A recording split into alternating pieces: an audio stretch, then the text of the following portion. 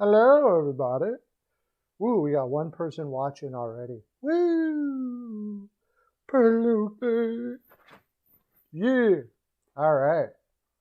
How's everybody doing out there today? Have a great weekend. I had my born day. I had my born day yesterday. Mercer in the house. I did the video for our number one centers in the league, and I have not put it out yet, but I did do the video today. Our last video got our video before last got over 500 views, and our last one's still going strong. I think our last one did 500 too, didn't it? We're just crushing it. Oh no, the last one we did has got 330 views. We'll get over 500 on that one too, I bet.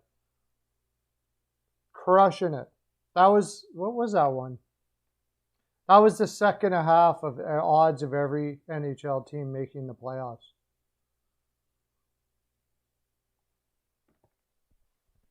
Yeah, it's my born day. I was born yesterday.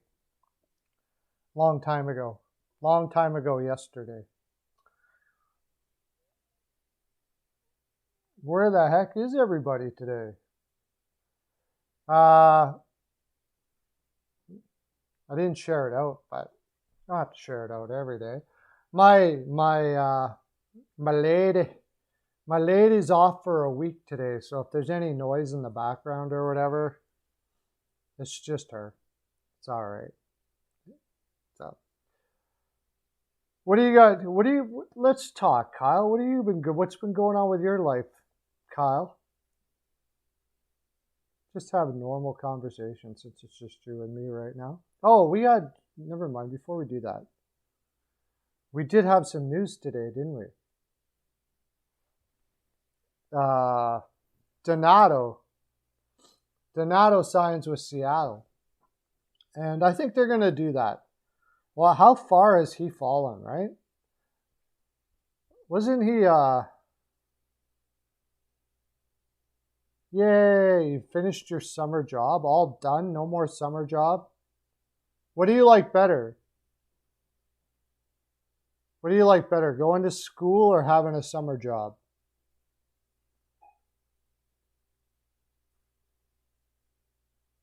You're graduated high school. Are you going to college, Mercer? Oh, by the way, this is my son gave me this new bow tie, by the way. Got a new bow tie. That's my born day tie.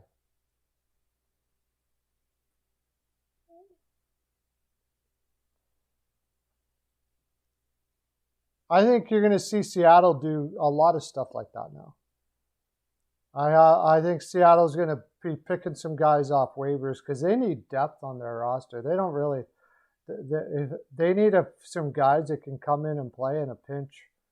And so Donato worked out pretty well.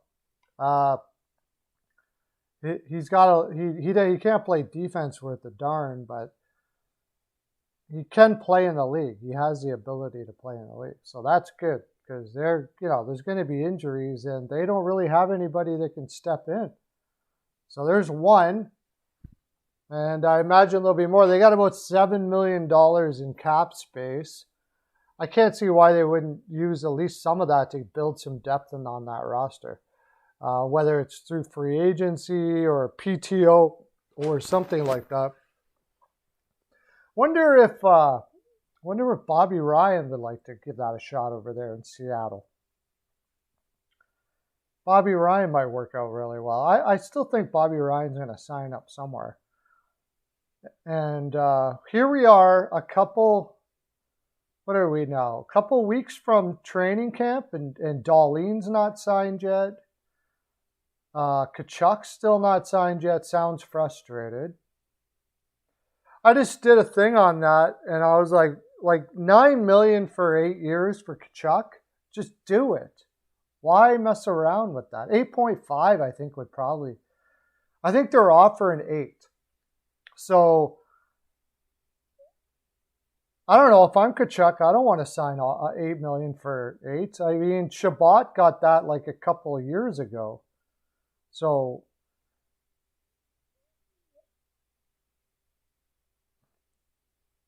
$9 million for 8 years. Just, why screw around with a guy like that? Seriously, like some guys you want to barter with because they're somewhat replaceable. Is Brady Kachuk replaceable? Where are you going to go find a power forward with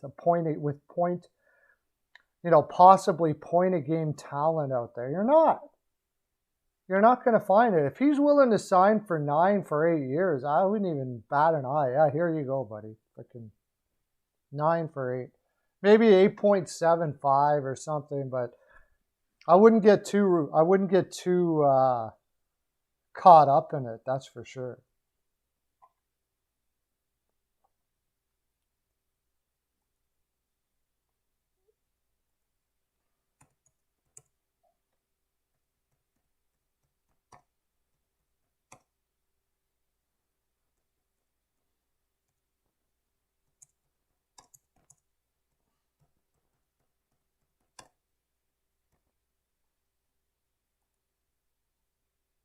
I wouldn't be like getting in too much friction when you're working on a contract for a guy like Brady Kachuk. I thought they did well to sign Shabbat up for what they did for $8 million a year there. That was pretty easy too, because they were offering Carlson that much money and he turned it down. So Shabbat said, I'll tell you what, I'll take that.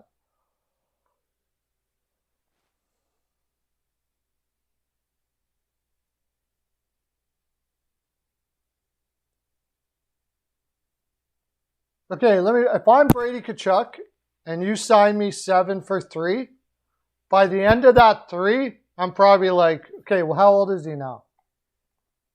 Let's take a look at this Kachuk contract. I don't think, the Leafs went over the top. That was a problem. The Leafs signed $11.5 million when there was really no necessary. Matthews wasn't bad, but Marner maybe might have been a little rich. But we're talking 9 here. Where the hell is Ottawa?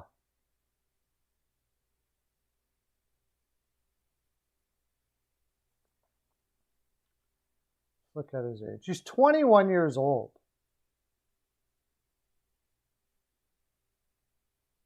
At the end of that contract, okay.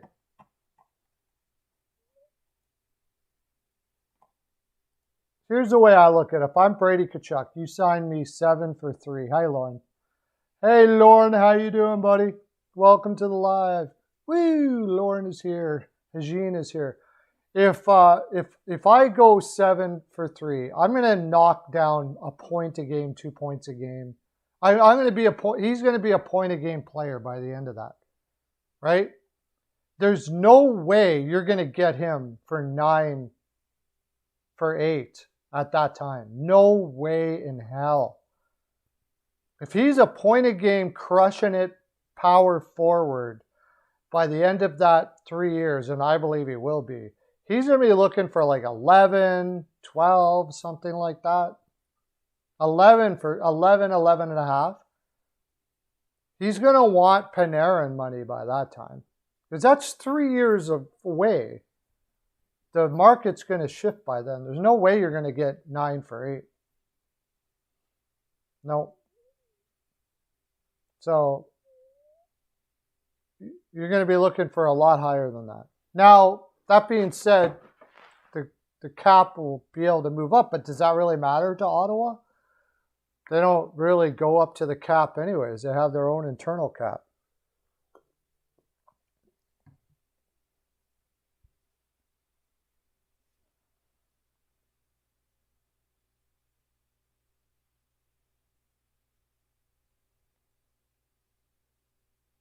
Why do I got to use passcode?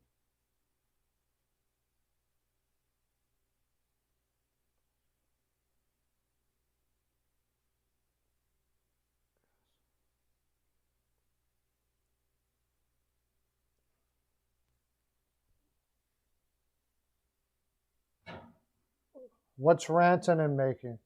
Rantanen signed that a long time ago. The ceiling. What is the ceiling on a power forward that can do what he can do? Like, I honestly would. I'd strongly consider if I had a choice between Tkachuk and Rantanen, I may go Tkachuk. I just freaking love that guy. That's a guy that's going to go to the wall for you. In the playoffs, guys like Tkachuk are enormous.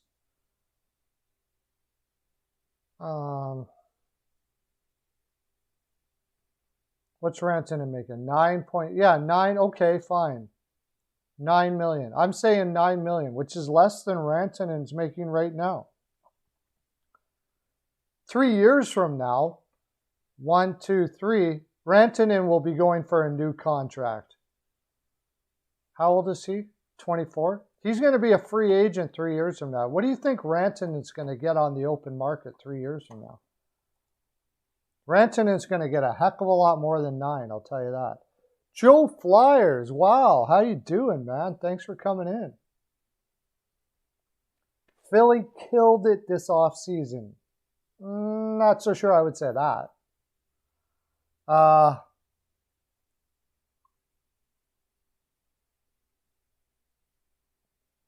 Yeah, but he signed that contract, he wasn't. He signed that contract a few years ago. He was good, yeah. Personally, guy like Tkachuk, I'm not messing around. I get him for 8 years for $9 million.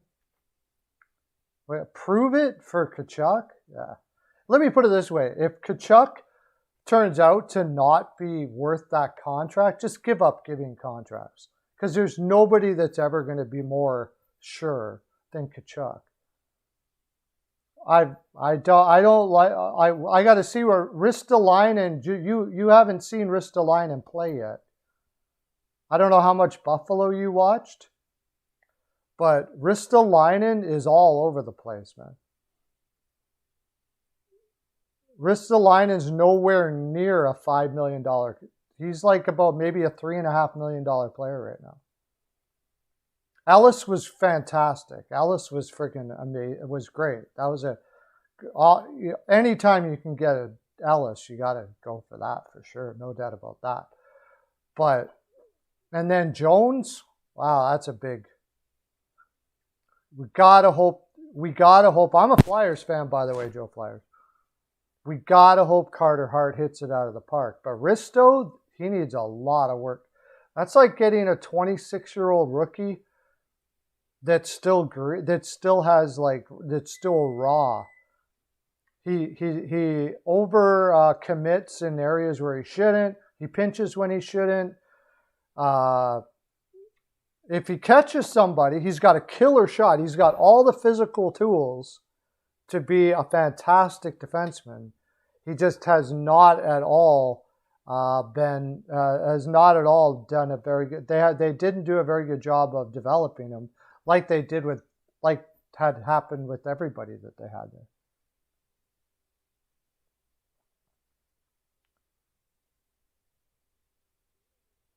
Well, that's the thing. I mean, if you're going to give up that much and you're not going to re-sign him, that's a bad mistake, regardless. Even if he does have a good year. If he has a great year, then you got to re-sign him. It doesn't make sense. Like if he puts it all together in Philly now, which is possible, I suppose, but I haven't seen it. I mean, here's the thing about Ristolainen. You're going to love his energy. And you're going to love his attitude in the sense that he's very aggressive and all of those sort of things like that. But you're not going to love his puck movement, his decision making, or anything like that right away. Like he needs work. Ristolainen needs work for sure. Especially at over $5 million a year for what they gave for him. And then Jones, they're banking on the fact that his old goaltending coach is going to get him to where he ever was meant to be, because he was, and I can't say this any other way, absolutely horrible in San Jose the last 2 years. Like he wasn't just kind of not very good. He was horrible. He was a terrible goaltender for the San Jose Sharks the last 2 years. So if that goalie coach, man, if he can get Jones to where, because he's one of those guys that's got all the physical tools. He's big. He's got the reflexes. He's got everything in that sense, but his positioning is poor. Confidence level, I suppose. If they can work whatever they got to work their magic to bring him to be what he was supposed to be, then they're laughing. But hey, Hockey News Reports.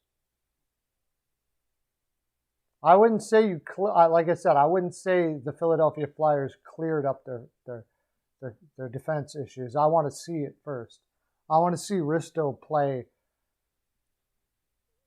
much better than he did in Buffalo the last 2 years. And people say, well, he was in Buffalo, so it's not just because, it's true, but because he was in Buffalo, he didn't develop the way he was supposed to. So he needs to develop. He needs to change his whole way of thinking and everything.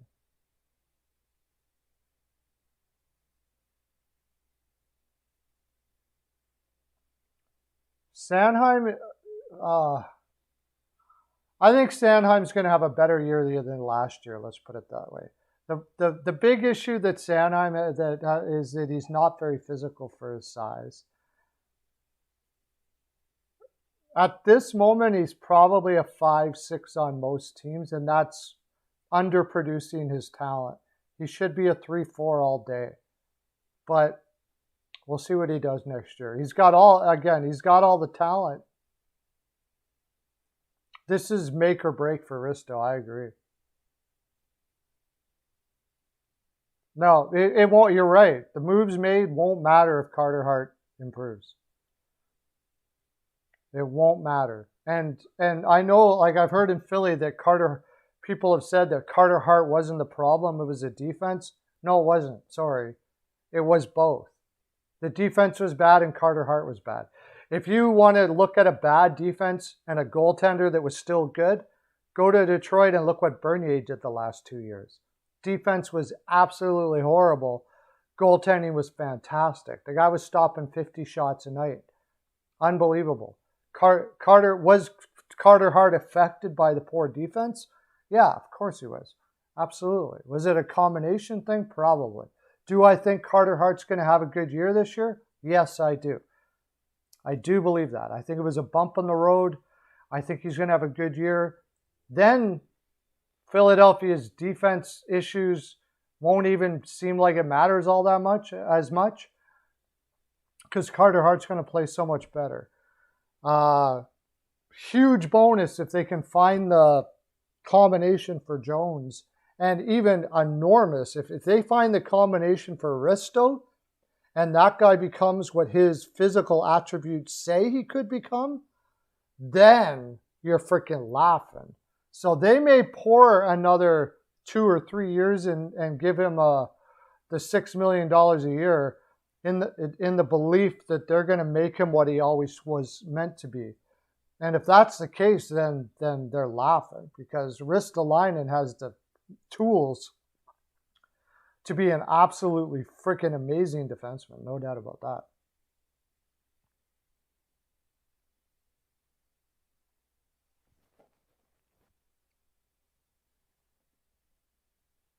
Carter Hart's superstitious? Ah, boy. That's not a good thing.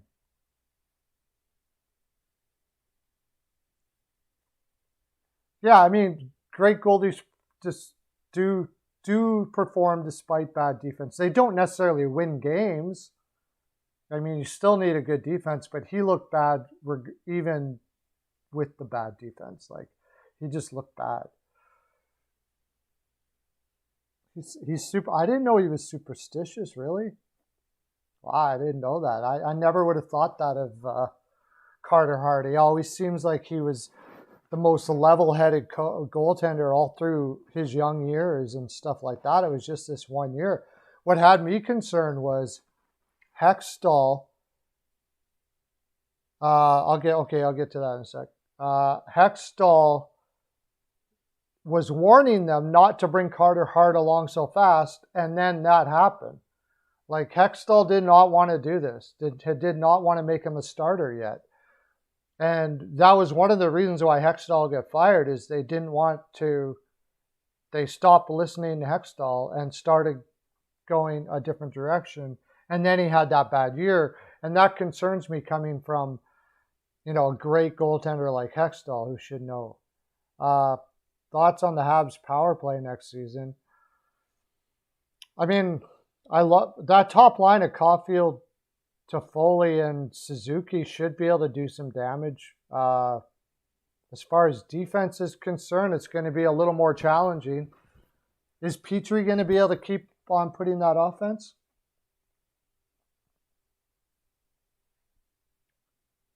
Oh.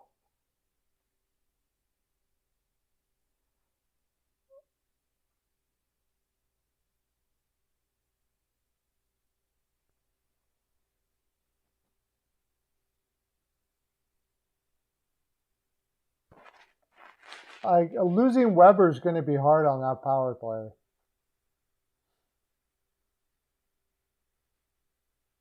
The second unit is looking pretty grim. I don't know. The second unit for Montreal is looking pretty grim, but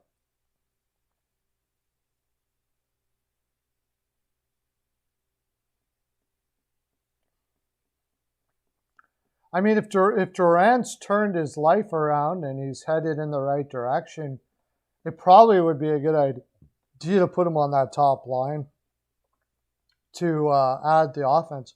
Who would Caulfield play on the second? That would mean Caulfield would play with Dvorak, though, right? Man. Caulfield's a shoot first left winger. Yeah, actually, I would rather have Caulfield with Dvorak. Dvorak is a crash the net centerman. His passing ability is passable. I mean, it's okay. It's like playing with Danault in a way, in a lot of ways. But Caulfield doesn't need probably with Dvorak if Drouin can play. Like, I don't know how he's going to be.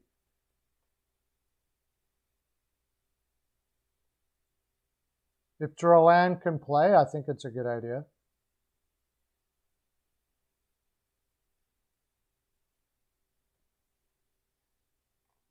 But I was going to bring up Montreal then.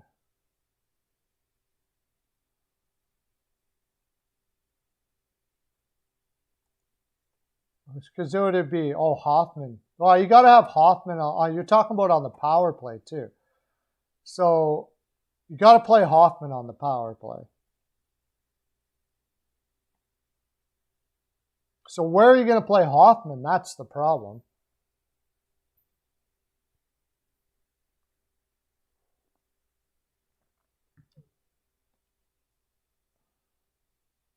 Because Drouin, doesn't he play left wing? He does.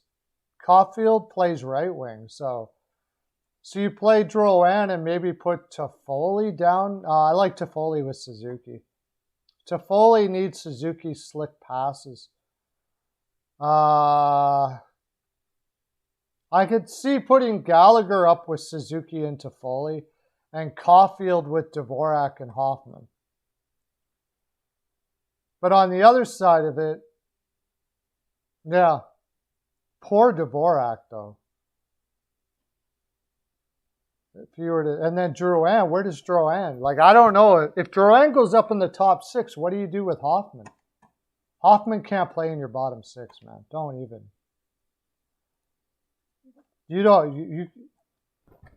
We had Joe Hockey. I don't know if he's still here. He came in saying that the Flyers rocked this off season and that their defense was all fixed now. Something like that. I mean, if you're out there, just because I disagree doesn't mean I'm wrong. You're wrong. You could be absolutely correct. That's why we do this, because it's fun to hear everybody's opinions and thoughts and all that kind of stuff like that.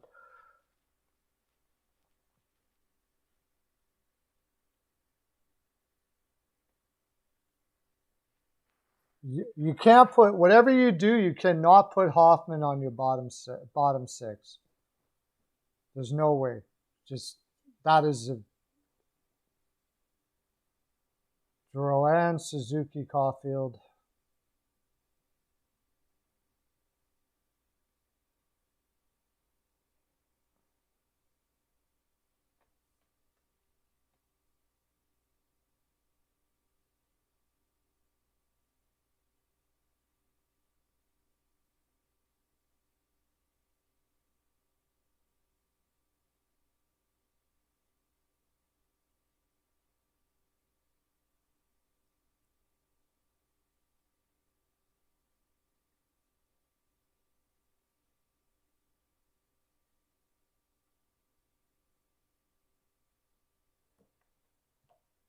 Hoffman, Dvorak, Toffoli. I don't know if I like Toffoli on the right side though. Isn't he right-handed on the left side?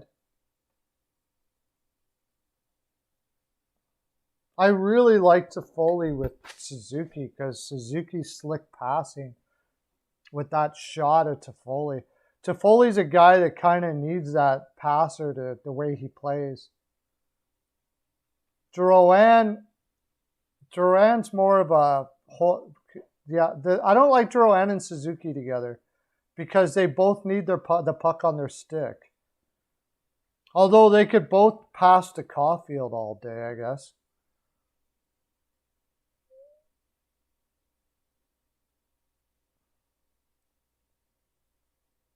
Honestly, if it was me, okay, Hoffman, Dvorak, Toffoli.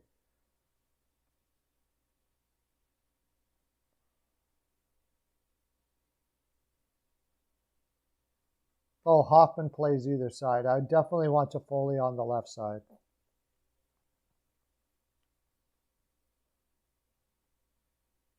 Dvorak and Gallagher on the same line is that's a shutdown line. So what I would do is I would basically, that would be my third line, even though it's a second line.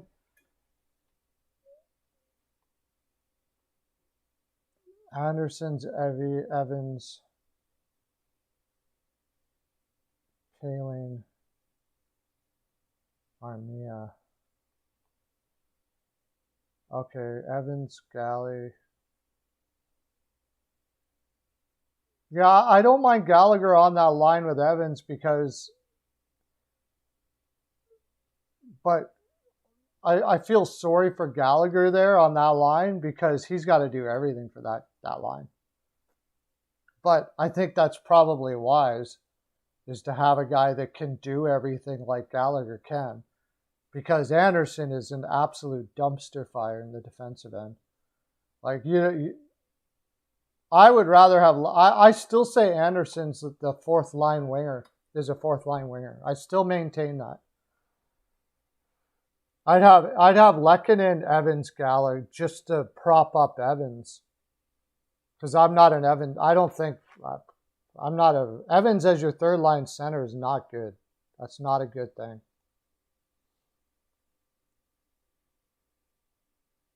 I'd have Gallagher, Lehkonen, Evans, Anderson, Paley, and Armia, I guess.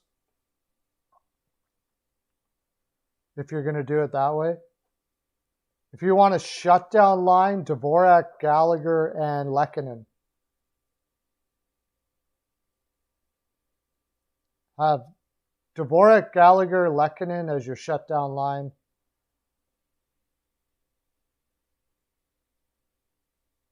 Then who would that put? Then you'd have to have Drouin on the third line. So that's tough. It's a weird roster to put in, to put the pieces together on, to tell you the honest truth.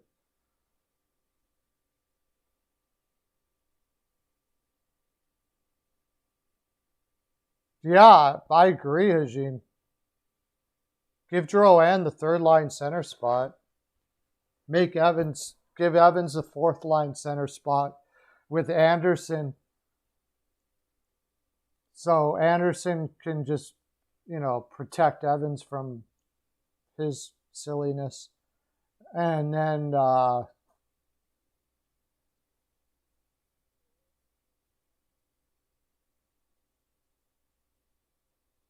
yeah, it's a weird lineup to put together.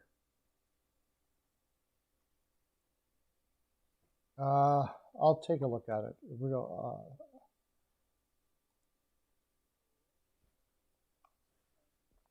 So I go Toffoli, Suzuki. Actually, I would go Toffoli, Suzuki, Hoffman. Put him on the top line. He's terrible at 5-on-5 though, but maybe playing with Suzuki, he might be able to start potting some goals up there.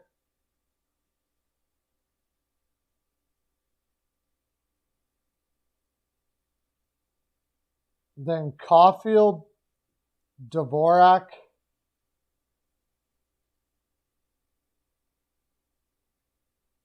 and Drouin. Caulfield, Dvorak, Drouin. No, where's Toffoli going to go then? Jeez. No, we're going to put Drouin in the middle, right? So, Toffoli, Suzuki, Hoffman. Yeah, that's right. Drouin.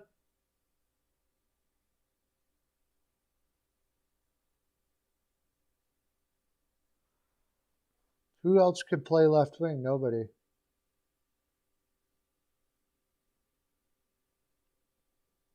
Drouin, Dvorak, Gallagher.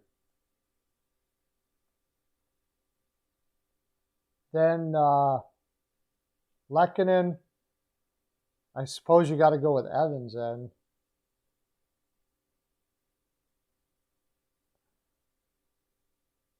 Who am I forgetting here? No, it can't be. Caulfield? Hoffman? No, Caulfield would be in the second line right winger. This is so tough.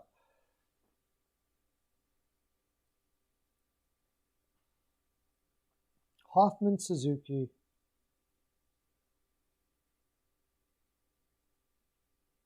Caulfield. Toffoli. Dvorak. Gallagher. Toffoli, Dvorak, Gallagher. Drouin in the middle as a third line center with Armia and Anderson, or Lehkonen and Anderson. Something like that.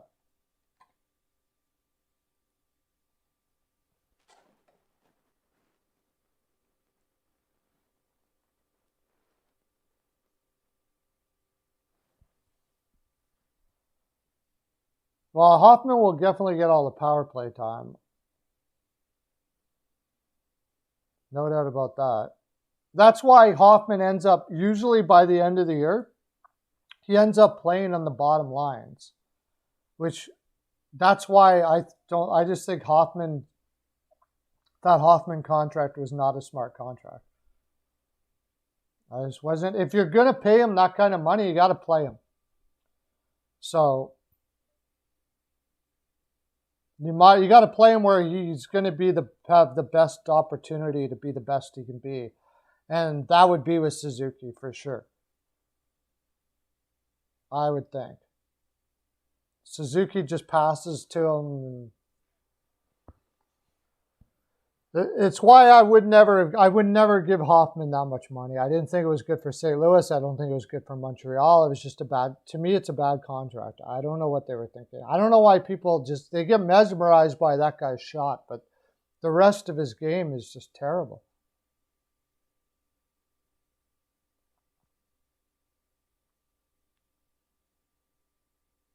Yeah, I agree with Eugene. I don't know. I guess the first thing we're going to have to see is what Drouin is like now that he's taken a year off and got himself back, his mind back into whatever it is he needed.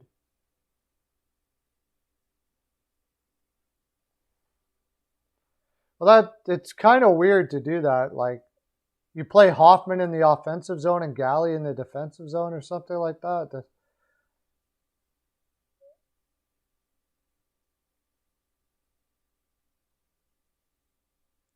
Yeah, Matthews can do a heck of a lot more than shoot, though. Matthews is an underrated defensive player. He's very responsible all over the ice. Hoffman is not.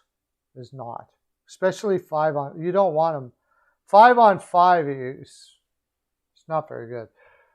I guess if you're gonna do it, you might as well play him now that you might as well play him with Dvorak and Gallagher, 5-on-5. Those two guys can make up for his poor defense, and I don't know. He's just taking time on the ice at 5-on-5. Maybe he'll score the odd time or something like that, but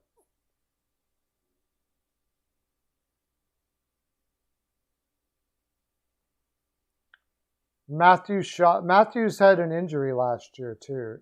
He's getting wrist surgery this year, so we'll see what happens with that. Yeah, tough spot. Like, if you took Toronto's forward depth, how many goals would anybody get in Montreal if they had depth like Toronto, where they could just attack the top line and the rest of the units couldn't do very much? So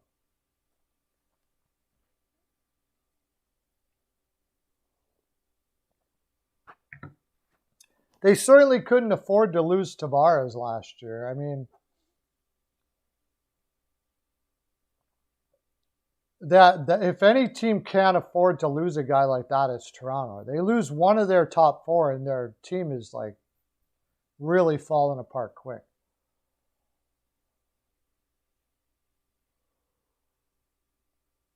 I think Danault will do great in LA. He'll play his normal Selke Trophy. The guy who I think will do great now in LA is Anze Kopitar, because now Kopitar can focus on offense again. I wouldn't doubt that if Anze Kopitar gets close to 90 points next year, now that he doesn't have to play against everybody's top lines all the time and stuff like that. Because that'll be down. Danault was brought over there to do all the dirty work. So Kopitar doesn't have to do as much of it.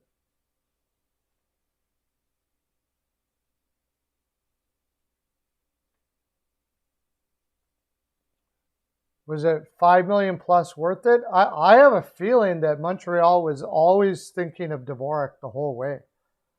I think that deal with Dvorak was always there.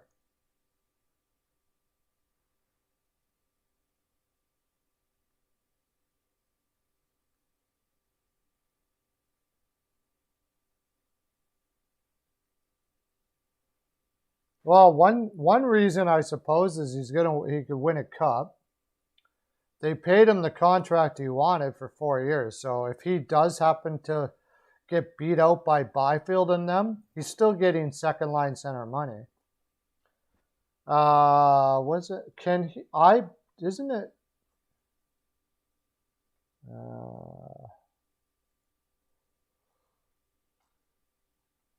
Oh, shoot.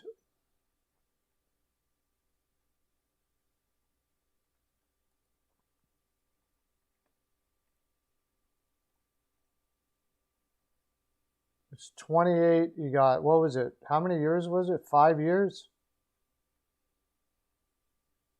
2027. Yeah, a lot of years. So he got paid second line center money. So even if he does play third line center, kind of like what Pajot does.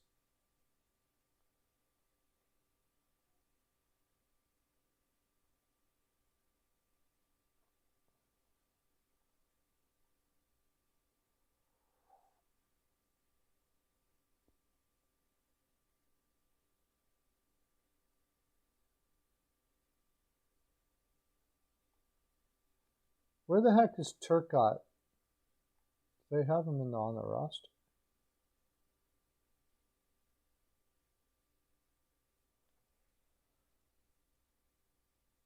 How come they don't have Turcotte on their? Oh yeah, Alex Turcotte.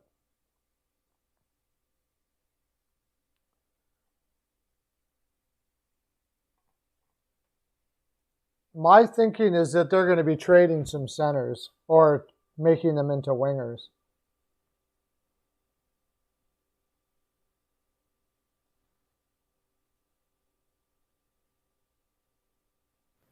Yeah, he got his second line center, and I don't think he's got a no trade clause either, if I remember correctly. So I don't. Does he have a no trade clause?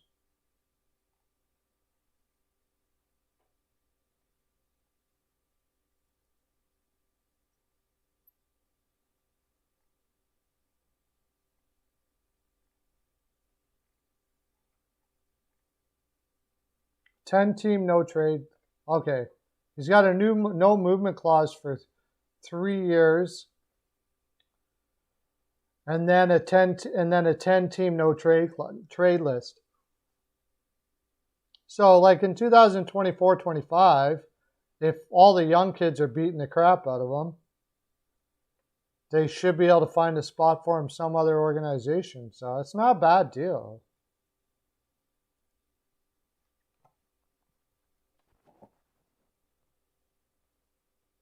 Hey, Bill, how you doing, buddy? Thanks for coming on.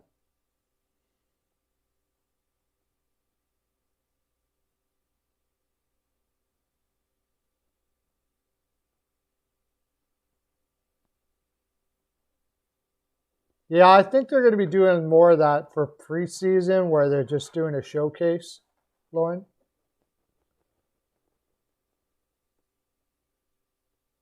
It doesn't look like they're moving Tarasenko before the season starts. I think all the teams that are interested want to see him play and not get hurt first before they make a decision, especially if they're going to take the full $7 million. I got a Godzilla effect going on in the volume.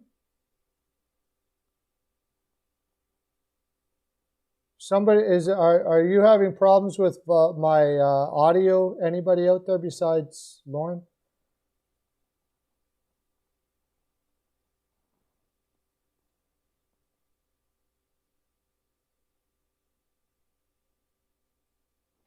Really? That's weird. Wonder why that is.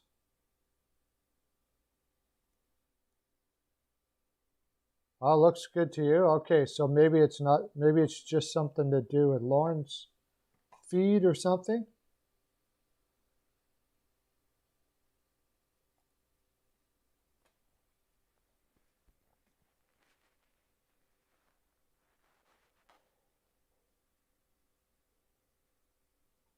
Yeah, if I'm St. Louis, I'm looking for a deal like that. I like the deal that we came up with for Eichel. By the way, I'm not going to do it today, I don't think. But maybe. I don't know. We'll see. Instead of second line center, I think we're going to do number one defenseman from each team. But first, I want to see how this video turns out, how much response we get for it. Oh, it was lagging, but now it's fine? Okay, cool. Okay, cool.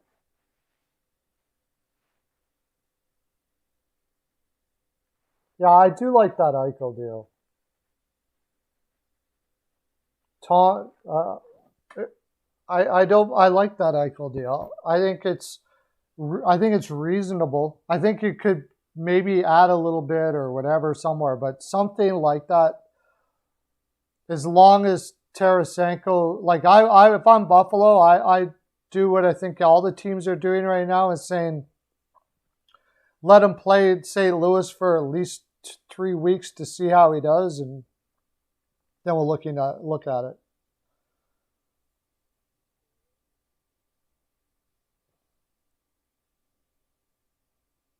But then, Eichel's got to get back from his surgery, I still think. Personally, I guess I'm a gambler. I'll take risks. I don't mind taking risks. If my doctors say that Eichel's okay, I'm trying to get in on him now. Because I can get in on him cheap. As soon as he's cleared and he starts playing and he gets back to humming it, his return is going to go through the roof. If I could get in on him now for reasonable, like that St. Louis contract, especially in St. Louis where I think they're looking at their roster going, we're not contenders for a cup right here, right now. You'd have to look at that roster and not think of them as a cup contender. Bringing in a guy like Eichel may change that.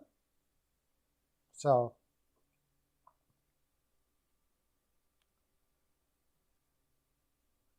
yeah. Eichel, Perron, and not Brizgalov. What the heck am I talking about?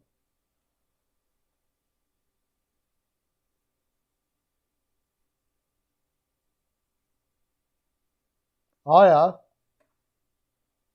Yeah, I've listened to a lot of Zepp in my day. What would it be? It'd be Buchnevich, Tarasenko, and Perron or whatever. Or Eichel, Perron, and Buchnevich. Or, yeah, because Robert Thomas would have been traded in that deal.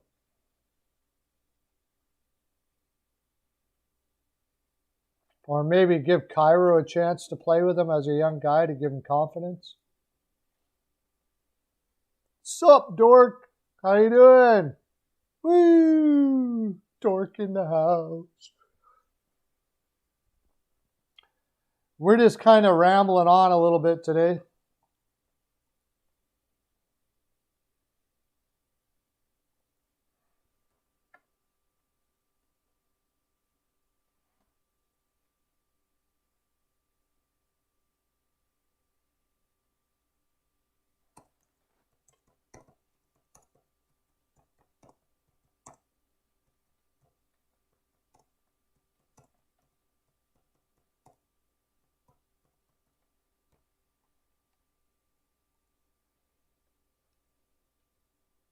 You got the Perlo dance. Yes, you did.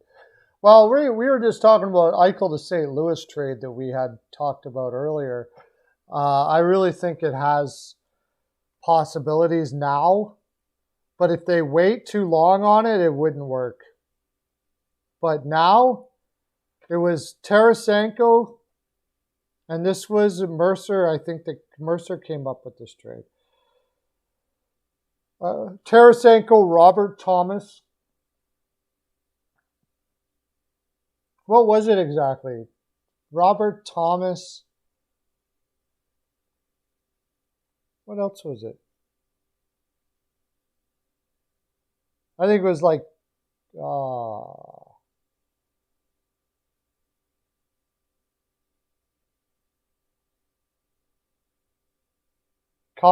Kostin, Klim Kostin, who I don't believe put up very good numbers. No, he put 18 points, yeah. Kostin. Yeah, something like that.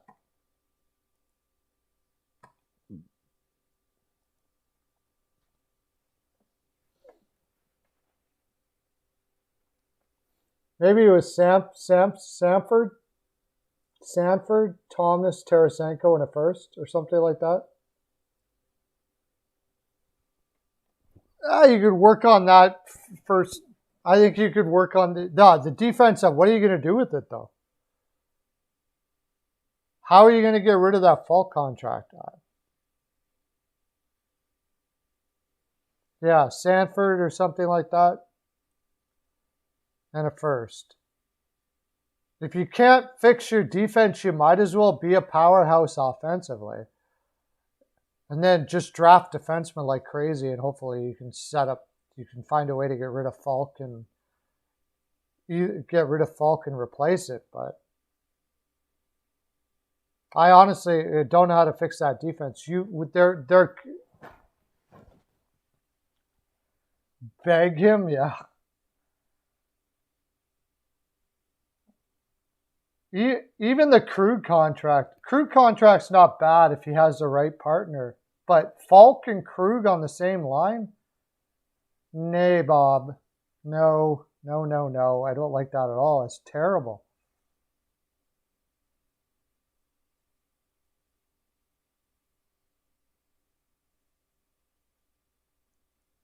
I would take if Eichel's going to be, if I'm sure Eichel's going to be 100%, I would do that deal. You still got O'Reilly as your second line, and then work on the defense after that. But at least you've got a generational. And also, if it turns out like it becomes abundantly clear you got to rebuild, at least you got Eichel to rebuild around. So.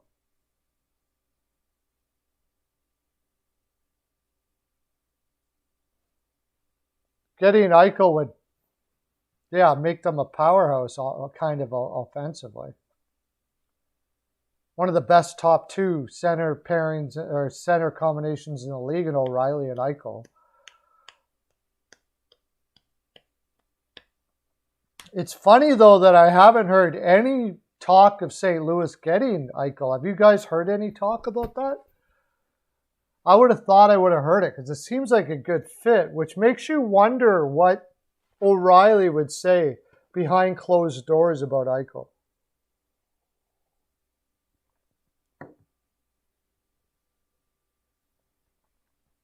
Well, I wish it was that easy getting Gavrikov. What are you going to... Gavrikov with Krug would be a great combination. I agree with you there. No doubt about that. And Parayko rebounding is absolutely essential no matter what. Besides that Eichel trade, I don't even know if I would do anything until we find out if Parayko can rebuild. Because if Parayko doesn't rebuild, doesn't rebound, then St. Louis might as well rebuild, is what I'm trying to say. Because that defense just ain't going to cut it no matter how you do it.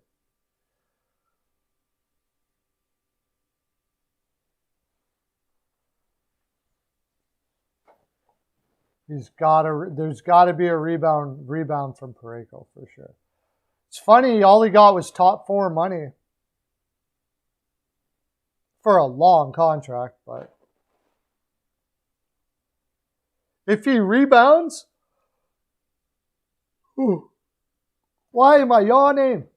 That contract looks awesome. If he rebounds, that contract is absolutely fantastic, though, right? It would be amazing. Okay, I feel like sharing this out now. Didn't before, now I do. You got a killer stream going on here.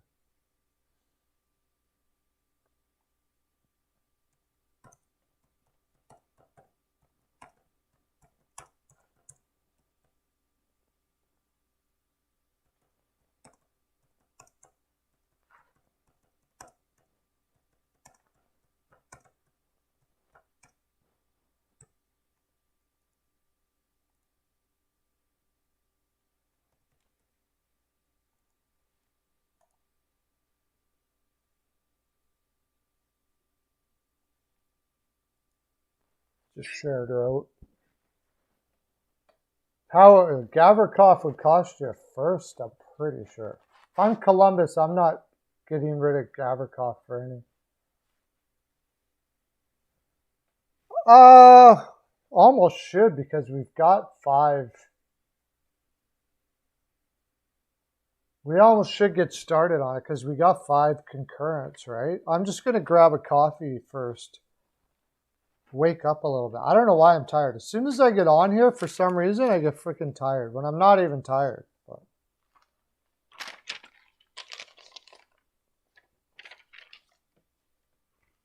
Like I slept really well.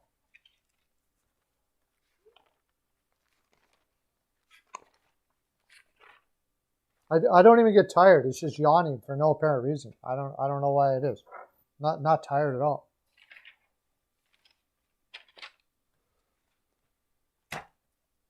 Okay. Wow, we lost our 5 concurrents. Let's see if we get up to 5 concurrents and then we'll do it. We can start. So we're gonna do I was going to kind of see how, yeah, whatever. I was going to see how yeah, I had coffee this morning. I'm having coffee right now.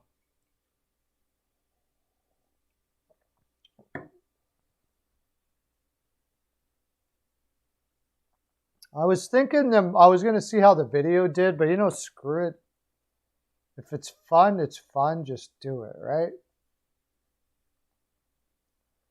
Ranking the #1 defenseman from every team.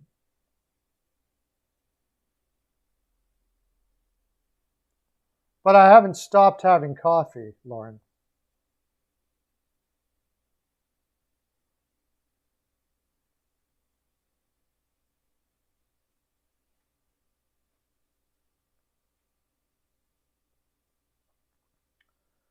Well, wait till we get 5 concurrents, and then I'll be right back. We'll see if we got 5 concurrents by the time we come back.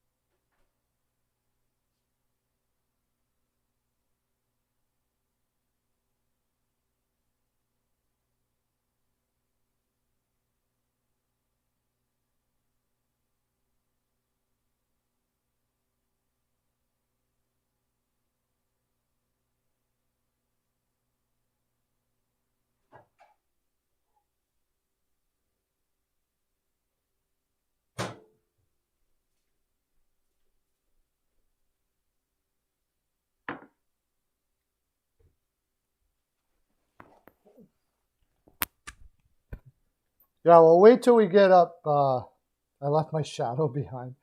We'll wait till we get up to 5 concurrents, and then we can start doing that. We can start talking about it, though. So, like Anaheim, probably the first thing we'd have to figure out is who is the #1 on every team. Now, this might be a little more difficult than the centers. Like, who's the #1? Like, is Cam Fowler still the #1 defenseman for Anaheim? Or is it Lindholm now? Fowler should be, you figure?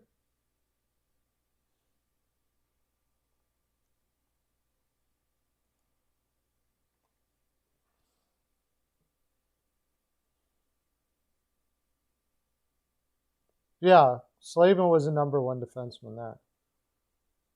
But we can't really get into it until we have 5 concurrents. So I should have did it right away. Because right now we don't have enough people to do it in here. Otherwise, you're only getting like 2 scores out of every one.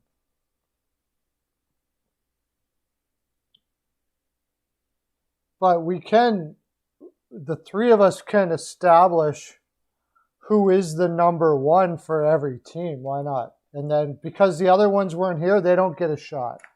They don't get a say. Because you guys are here, you guys can be the ones, the judge of who's the #1 in every one. We can do that for now.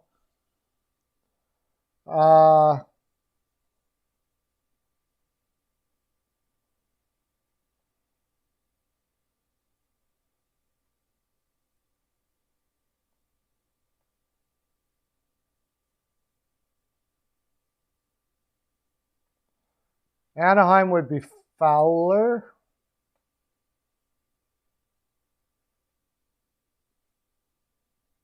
Yeah, that's going to be a tough one too. Arizona's easy. They've only really got one defenseman. Chikrin. I don't know. Is Parayko still their number one? I think they would probably say that he is.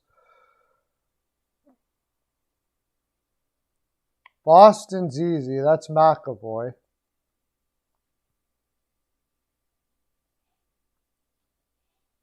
Krug could be number one, yeah.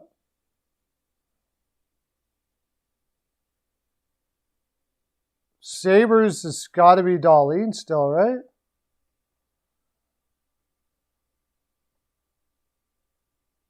Still got to go Dahlin.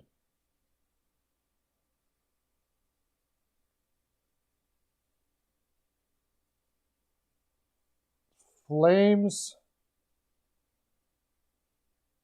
Flames isn't, it's got to be, are they going to say Hannafin? I say Rasmus Andersson is their best defenseman. I say Rasmus Andersson is their best defenseman.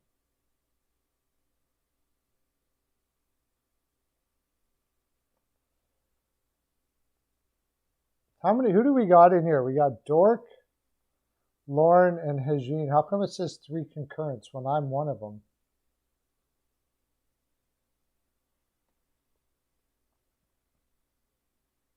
Do you guys agree that Rasmus Andersson is their best?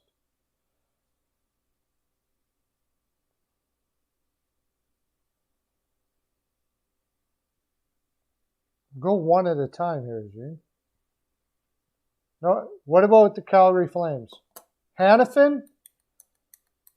I think Anderson's a better defenseman than Hannafin. I don't know. I wonder what they would say. Hannafin's got to be the worst number one in the league. I would definitely rate Anderson higher than Hannafin. I'm so disappointed with how Hannafin turned out. I thought he was going to be way better than that.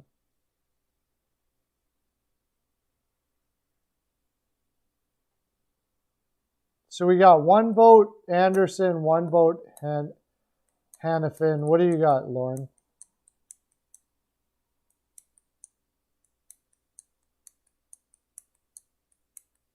You agree with Anderson?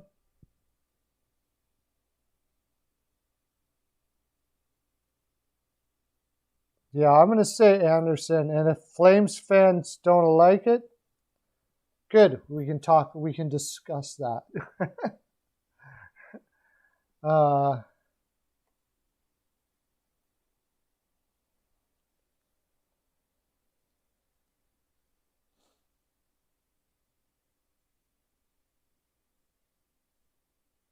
Carolina Slavin.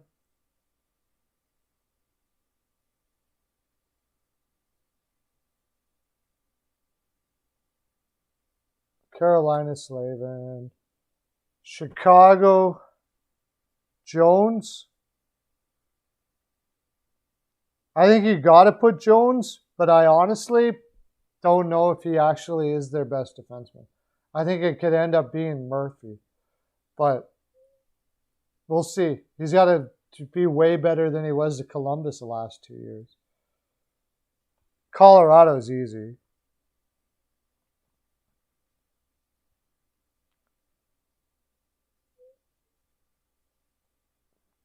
Colorado is Makar, or as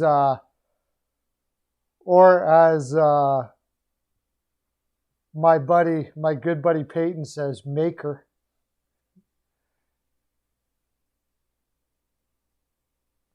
Flames have a lot more to complain about. Calgary Flames fans think their team is awesome. They're going to make the playoffs. They're cup contenders.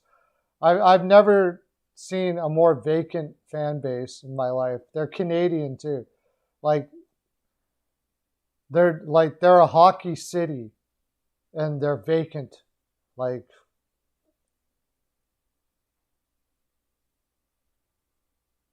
Columbus is definitely what is Werenski, and it was when Jones was there too.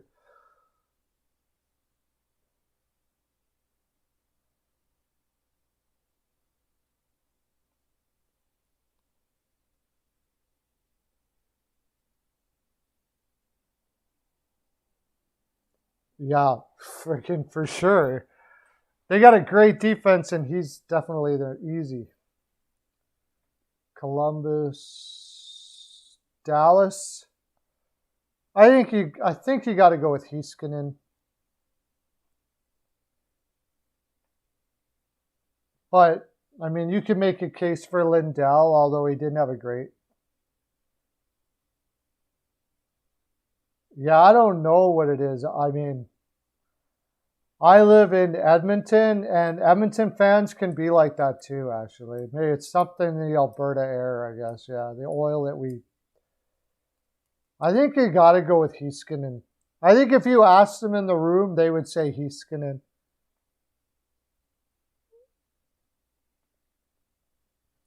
But you can make a case for Lindell or Heiskanen, really.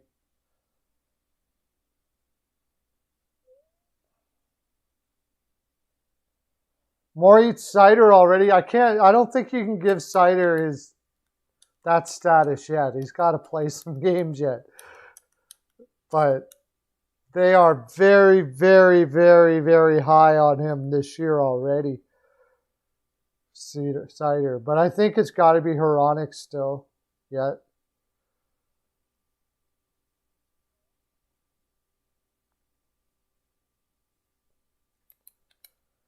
Yeah, he's had a bad year. I don't know if he was injured last year or what. Like even last 2 years, I think I always look at it as if you ask them in the room who their number one defenseman is, I think everybody would say Heiskanen. That's kind of the way I look at it. But I realize you could make a really good case that it's Lindell. No doubt about that. Like in Anaheim, I'm pretty sure at least the fans are going to say that they believe Lindholm is. But if you ask in the room, they would say Fowler.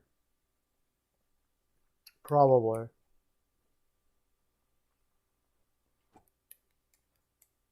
By the, I don't know, if I told you this, Caroline, my wife, is home all week. Yay. So if you hear a little noise in the background, it's whatever. It's her doing the cooking, man. It's awesome. Yeah, I don't think Klingberg's just too poor defensively to put him up there.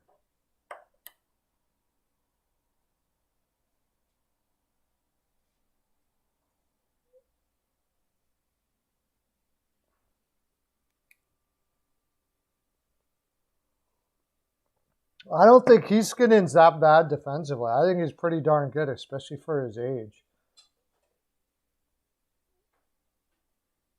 I would definitely, if you asked me to take Lindell or Klingberg, I'd probably go with Lindell.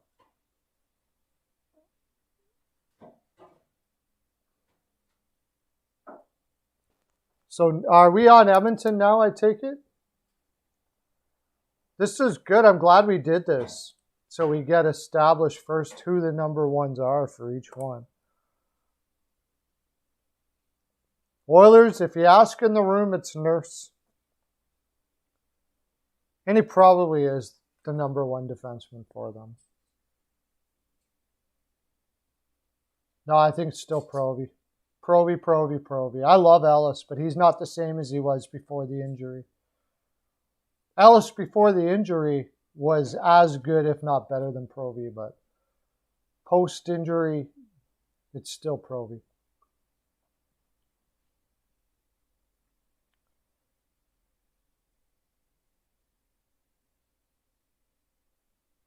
That's okay. Still a reasonable question.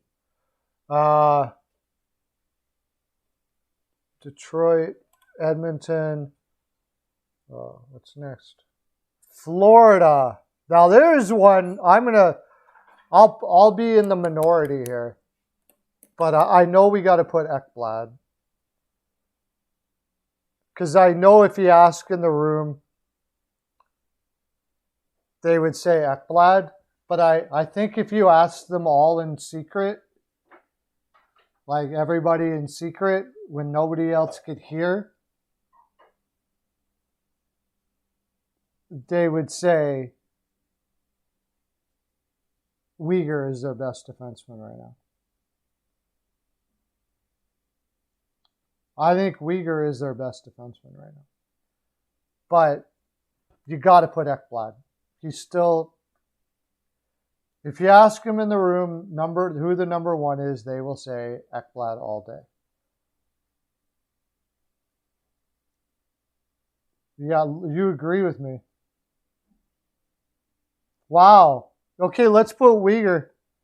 Let's see what the Florida fans say.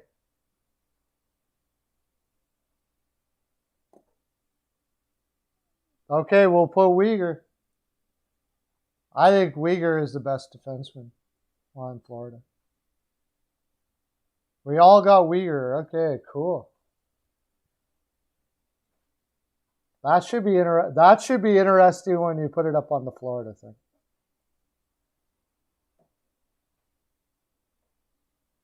Yeah, it's got to be Doughty.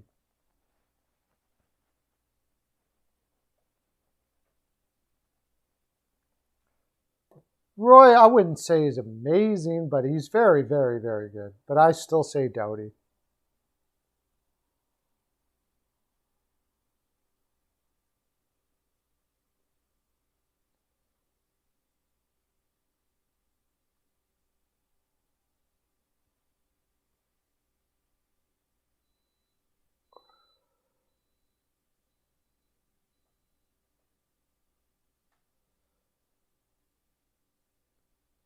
Yeah, that's probably a pretty empty echo there, Lauren.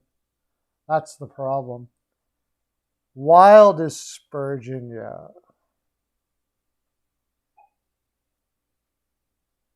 Wild is Spurgeon, yeah. That's what I thought.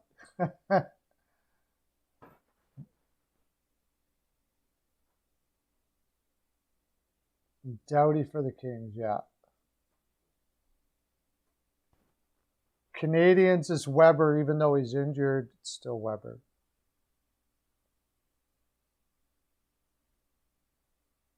Until he retires, it's still Weber. Otherwise, we can slash Petrie, I guess, because Petrie is the one that's going to be playing, but he is still officially on the roster.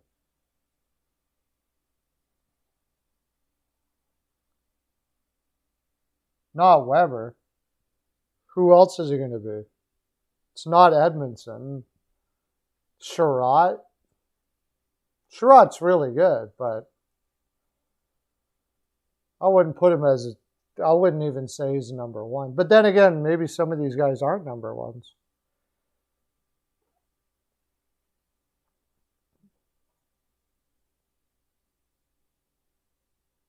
Who would you put? Edmondson's not a number one.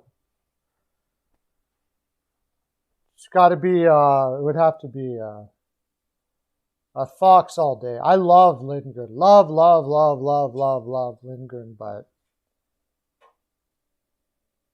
Petrie,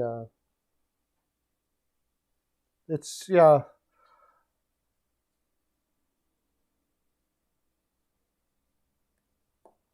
I still say Weber's a better defenseman when Petrie's in the lineup.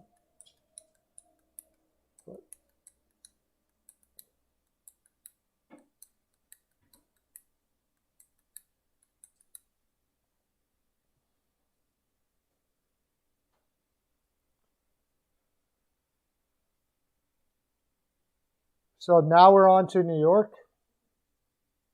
No, Nashville. Nashville. That's easy. Nashville's easy. Nashville, there's no argument there. It's Josie all day. Josie all day.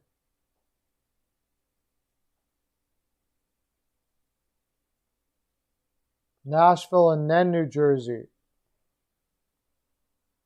It's Hamilton.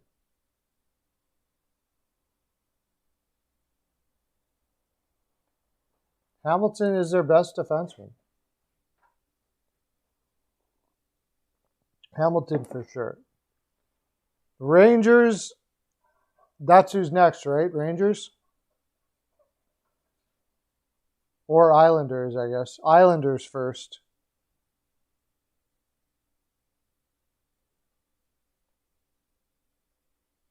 Islanders is, which one do you like better, Pelech or Pulock? I like Pelech. I would say Pelech.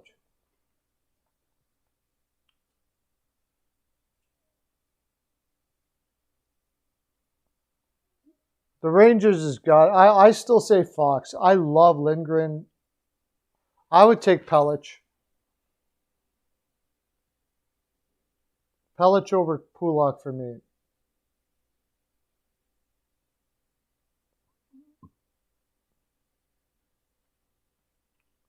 But he's going to have to kill to get the Olympics, I think. Pelech, yeah.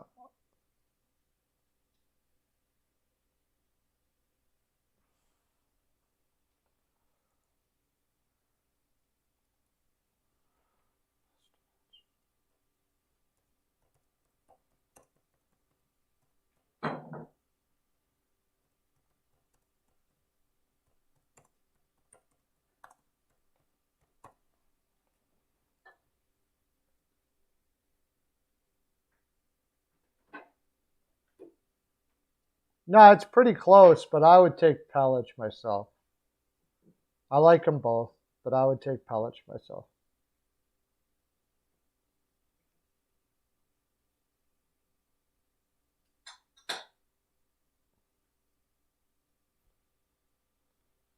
For the Rangers, I love Lindgren, but it's got to be Fox, man. Fox is great both ways. He's big, he's strong, he's got everything you want, and he's everything you want in a defenseman. Lindgren's an awesome defensive defenseman, no doubt about it. I've loved him. I've been talking about him for quite some time, but I'm taking Fox for sure.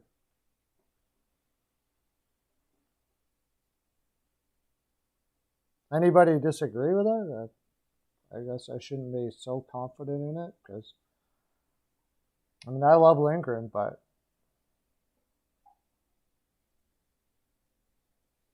you go with Pelech. Yeah, we got Pelech down.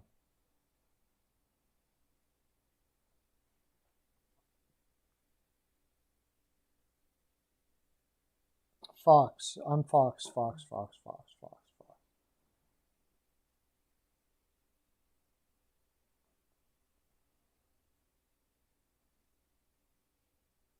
Go with Miller. Not yet. I think he could. Miller is freaking awesome too. Like that defense is going to be absolutely insane. You're outnumbered. I think we got Fox. We got more people on Fox than Miller. That defense is going to be insane, but at this moment, I got to say Fox is their number one. And if you ask in the room, I'm sure they would say Fox. Positive they would say Fox. No doubt about that.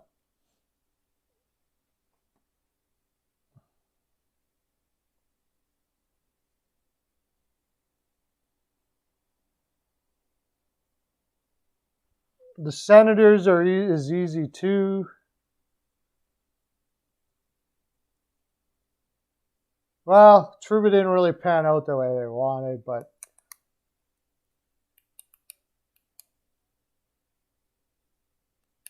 yeah, I think the Rangers are going to make the playoffs this year. I do too. I think they could be dangerous if they make it. They could be very dangerous in the playoffs.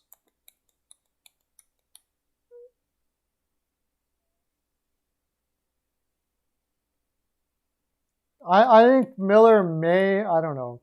Miller may have the tools to be eventually better, but I wouldn't say he's better at the moment.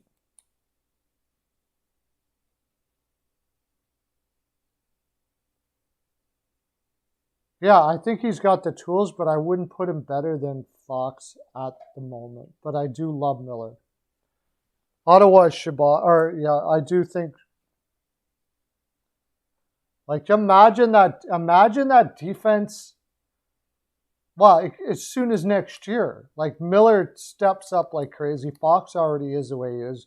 We all know Lindgren is up there with the Peliches of the world right now. You know, Pesci, Pelich, guys like that. Shabbat all day for this is the number one for the Senators for sure. Philadelphia Flyers, I still say Provorov.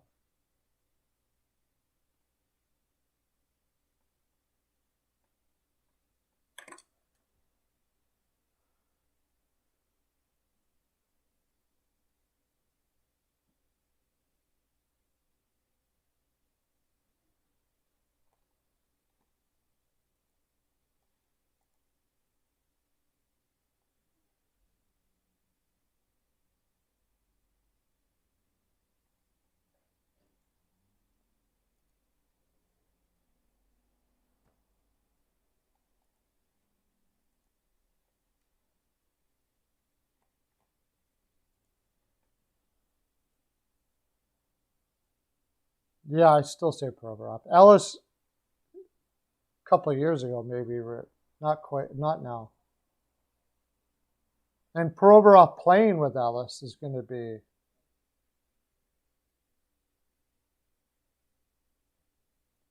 Well, he's going to have fun in Arizona now. Gosh, Despear is going to have fun in Arizona now. That is going to be. Wow. He's got an opportunity in Arizona now to be the guy pretty much. So no pressure, you know, like if they lose, everybody's expecting them to lose. So I don't know what it was there. They said it was always injury issues. To me, quite often when you hear guys like Gosh Despear and the injury stuff that's going on and the kind of the way people talked about it, it was almost like they didn't want to talk about it any more than injury issues. He had injury issues. That usually means a guy just has no pain threshold.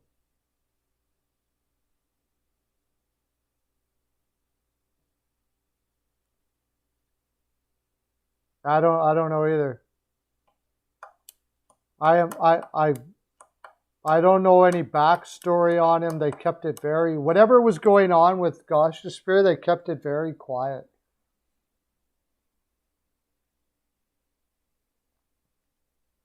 But now he's in Arizona, so yeah.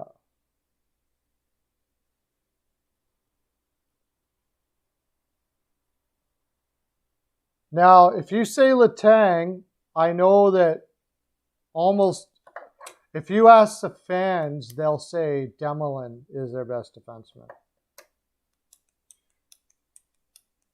But if you ask in the room, they would definitely say Letang. I know one thing, when we do this video and I post it up for when I do this video and I post it to Pittsburgh Penguins fans, they're all going to lose their minds. What do they call him? They call him. They can't stand Letang in Pittsburgh. They can't stand Letang in Pittsburgh. As soon as I post it up there, Letang's not our Demelin's our best defenseman. You guys don't even know who the best defenseman is, and blah blah blah blah. Yeah, I still say Letang. I don't even yeah. He probably won't get a very high rating in our when we do it, but.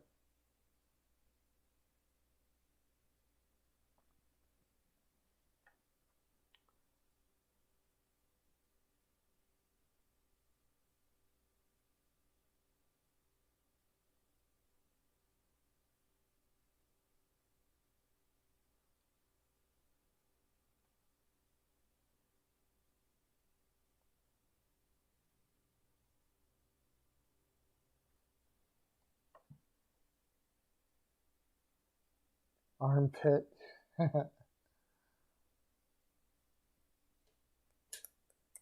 Seattle, probably Larson. Maybe Giordano. It's tough. Giordano's really taken a step down. Oh, San Jose's next. Okay, Sharks. Carlson, I guess, still. Ferrero.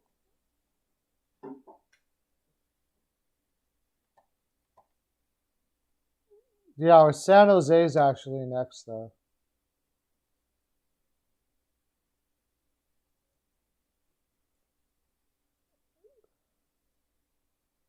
Last year, Ferraro was their best defenseman, just flat out.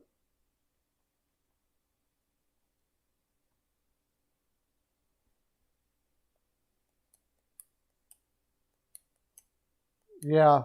Last year, Ferrero was the best defenseman, but if you asked them what their number one would be, it would probably be Carlson. Sharks fans would say Burns or Ferrero, probably. So what? That's tough. What did we say, Ferrero? That's got to be the worst number one defenseman in the league.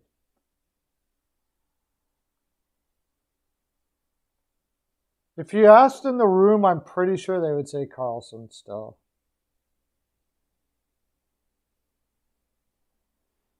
All right, let's go Ferrero. I know they'll be happy if you say that in San Jose. They'll agree. Pretty sure they'll agree anyways. Pretty knowledgeable fan base, by the way. San Jose Sharks, they have a very knowledgeable fan base.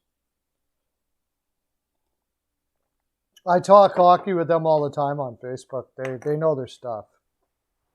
Seattle is Giordano. I think you're probably right.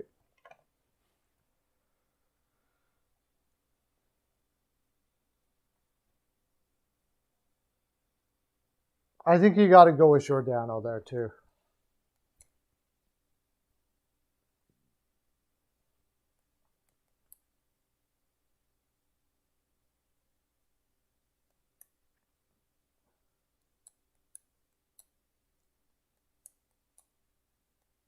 It's Muzzin. Muzzin is their best defenseman for sure in Toronto.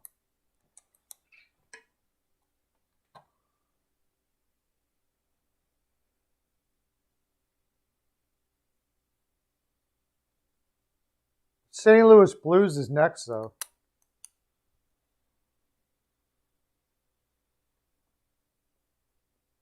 I think it would say Crew. I don't know.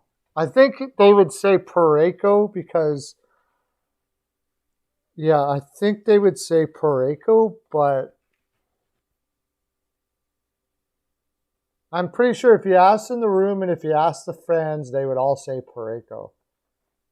I think you'd have to go with Parayko, yeah. Even though he's really got to prove it again now. Screw the booze.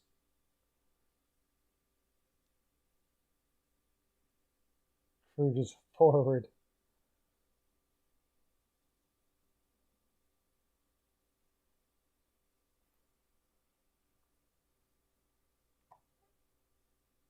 Tampa is easy. Tampa is like, yeah.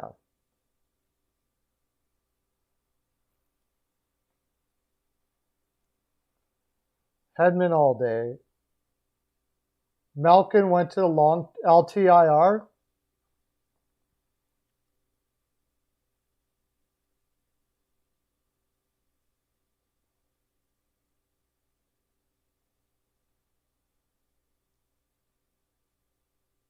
Malkin went to long-term. That came out already? That came out? Well, that sucks.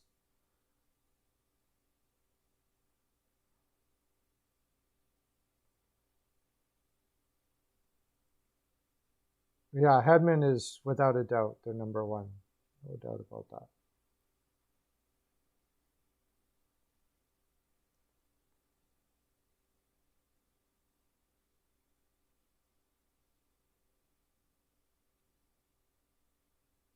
Arizona hires.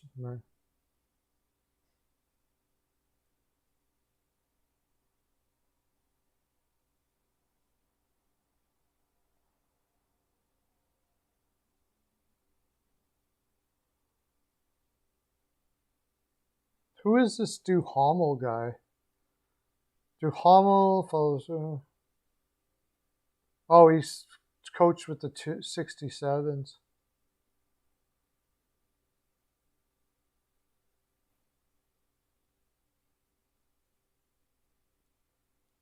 Toronto is Muzzin, yeah.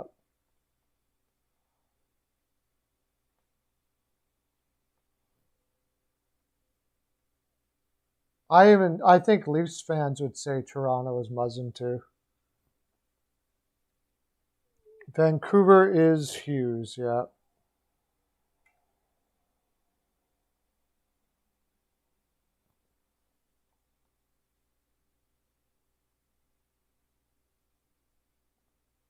Washington, it's got to be, yeah, it's still Carlson.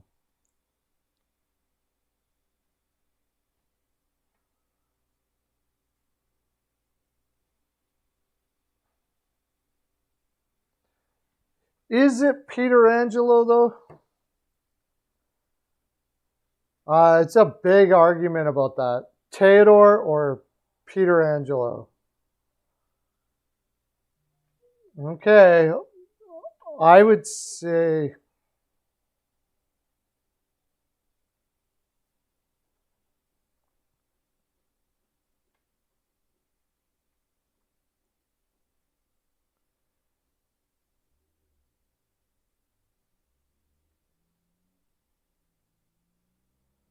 there's a big argument about that in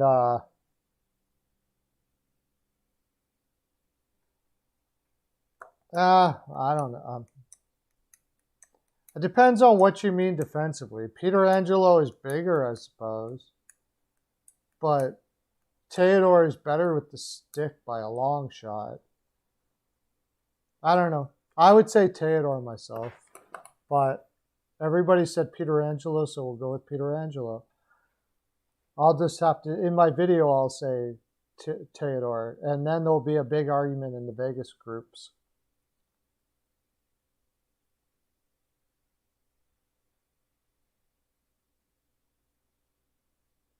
And Winnipeg Jets. It's still got to be Morrissey, right? Yeah.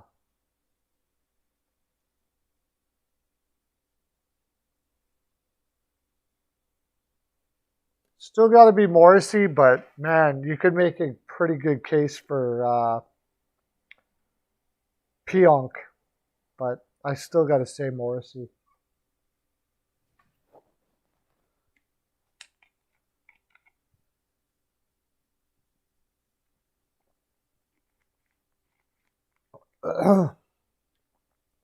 Well, that will be the defenseman. Now when we can get enough people in tomorrow. Hey, Pinata Master. How you doing? Pinata Master. Woo! Is this your first time here, Pinata Master? Or I think you might have been here before. Is this your first time visiting with us, sir? I'll send you a My NHL Pearls of Wisdom necklace. Perlocopter to your door. Oh, good. You got a trade idea? Woo! Everybody, Perlo dance for Pinata Master. Perlo dance for Pinata. This is what we do. Woo! You can do it too, Pinata. Look, it's pretty simple. Just put your arms up and then you just move like that.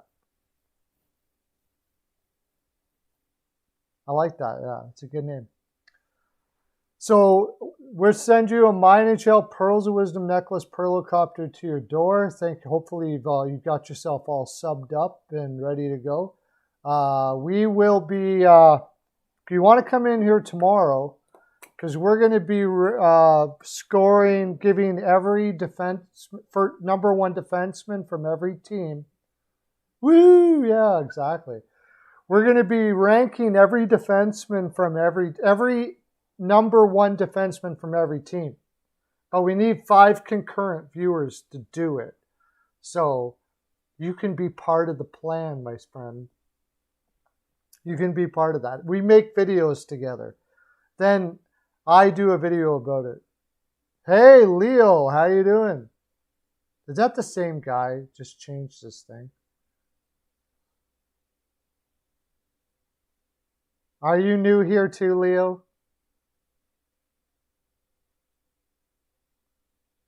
Do you need a Pearl of Wisdom necklace? Okay, good. Okay, we got a trade. Ding, ding, ding, ding. You know that. Wah! We got a trade thing going on here. You need a Pearl of Wisdom necklace? Okay. I'll get Helen we got to get some new ones here. Okay, I'll get Helen to knit you one up right away, and we'll send it out to your door there. Eichel to Vegas, another 3-way trade. Okay, this one hurts. These hurt my brain when you do this, Regine. I'll write it down, and you guys always give me your trade ideas because those trade videos do freaking awesome.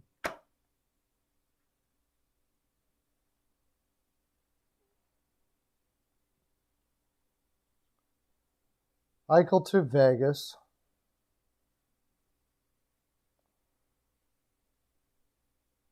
To Vegas.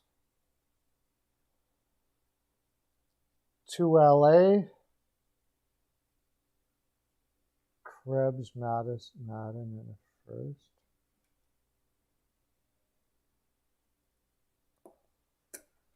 To LA, Krebs, Madden. Wait a sec, I thought Madden.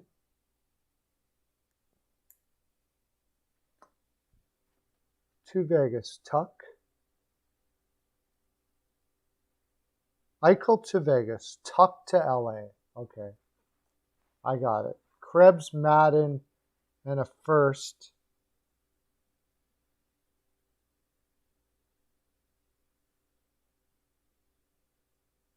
Okay, you got to read that. When to gather your wisdom. Okay. Here, I'll send you a whole bunch of my wisdom right here. It's going to go all over the place. So watch it. Make sure you're wearing something so you don't get it all over you. There you go. All over you. Okay. Tuck to LA. I like that. Tuck to LA. That would be killer for LA. Eichel to Vegas.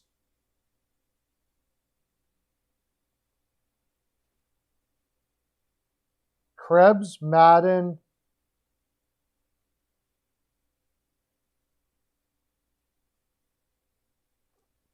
Krebs, Madden, and a first. LA's first. So they're going to give up Craig's Madden in their first, and they only get Tuck.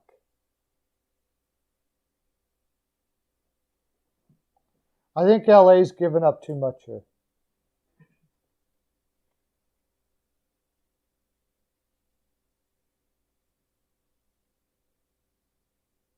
I think LA's given up too much for Tuck. I love Tuck, but I think 2 first-round picks and a second pick to Buffalo. I got that, but I think LA's given up too much here.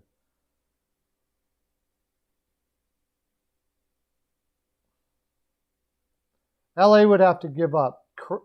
Okay. No, Krebs. Tuck to LA.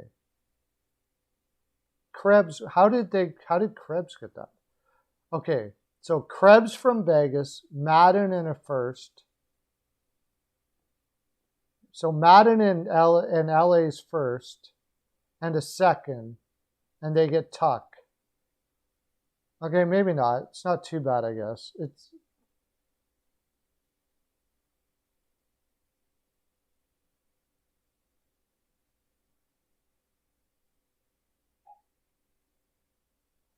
LA gives up Madden first and a second and gets Tuck.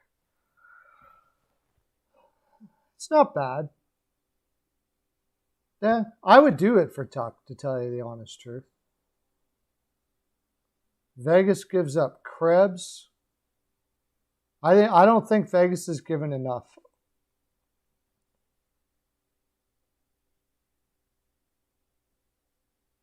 Vegas is getting a good deal there.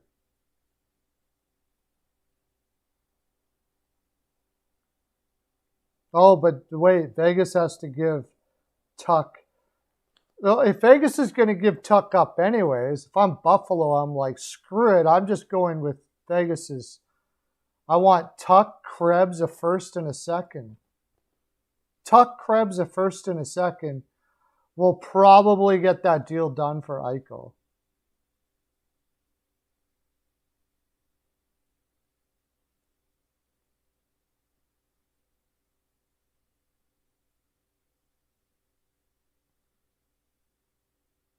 I think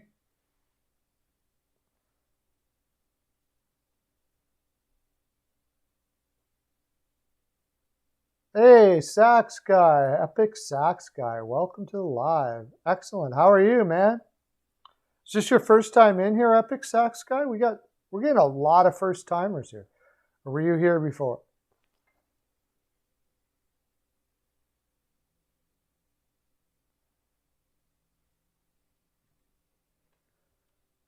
We were just talking about an Eichel trade here, but before that we were establishing what every team's first number one defenseman was, and then tomorrow, by the looks of it,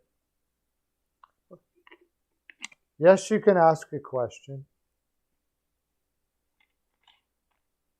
Yeah, you just did.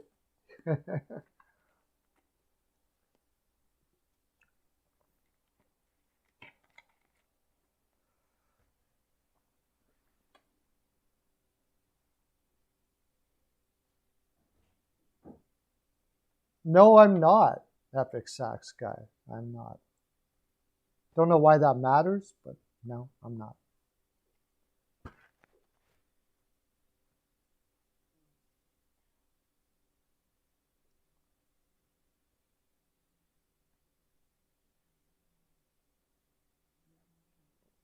Yeah. I'll take that as a compliment. Gay guys are usually pretty good looking dudes.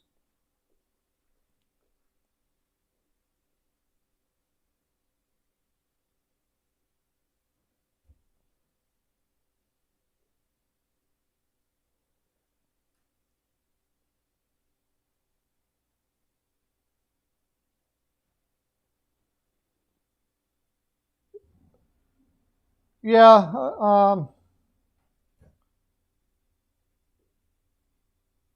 LA's first is probably going to be late, especially with Tuck in there. I think if I'm going to do that deal, like it's certainly well thought out, but if I'm going to do that deal, I'd rather just get Tuck.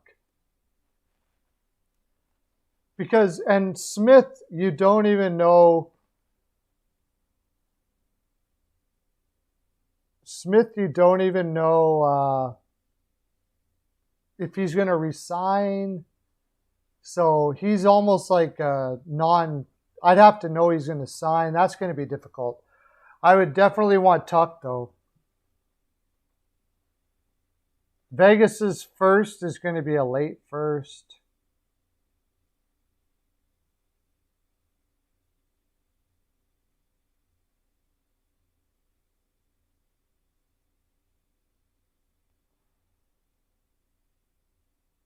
They would have to flip Smith. And that's the thing, is I don't know what you're going to get. Maybe at the deadline you could flip them.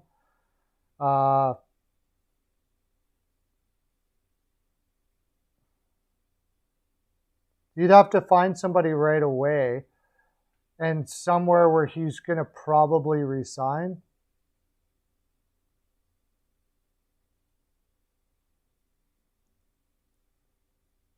Yeah, you could throw Stevenson in there. What's Tuck's contract like now, too?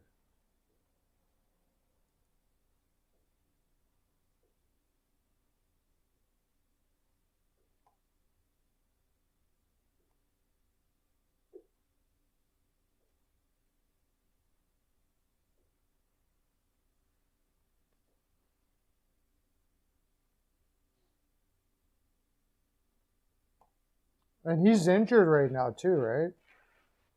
4 points till 2026. He's set. Yeah, I really like Tuck. But, I mean,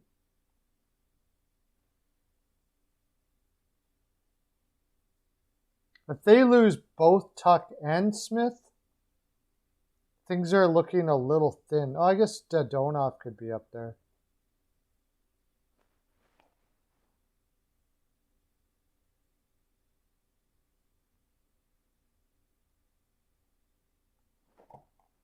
In the end, I still think I'm hoping I get a lot more than that.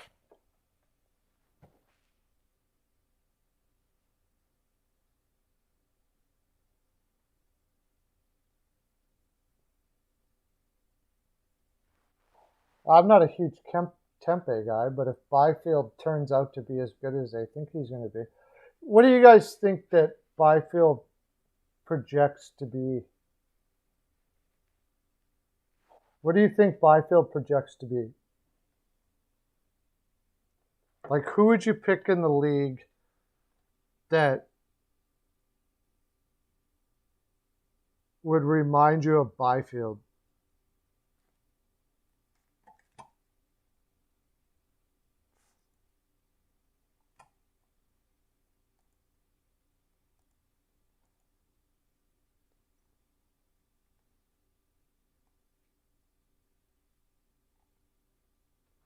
How tall is he again?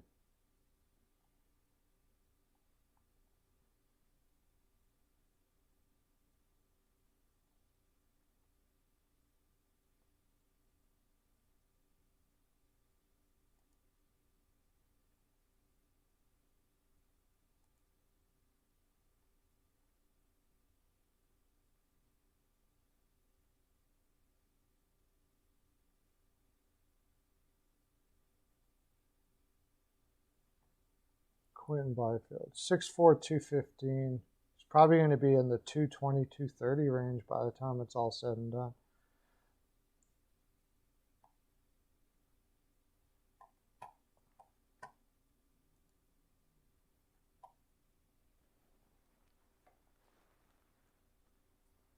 Eric Stahl, really? That's interesting.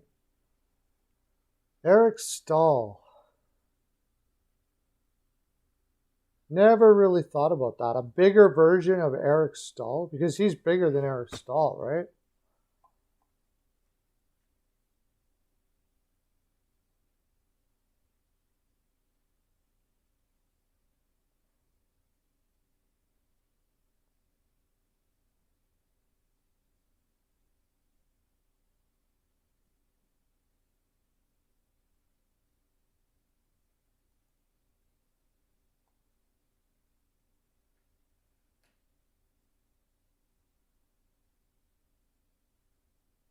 Isn't Eric Stahl like 6'2" or something like that? He's like 2 inches taller, but bigger version of Eric Stahl does make sense. Maybe like a Logan Couture, too.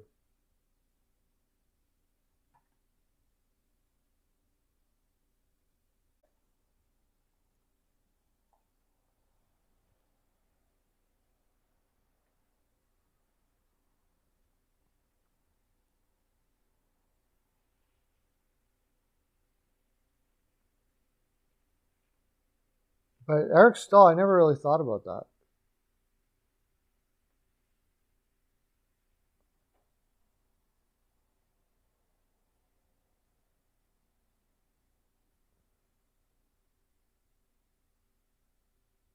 That's the thing. He does have a good two-way game already at the age of 19. Well, they were comparing him to Kopitar when they drafted him. Like, so, I mean, you're talking Selke level possible guy. You might be thinking you might be looking at if he's going to be that good defensively, as they say that he is.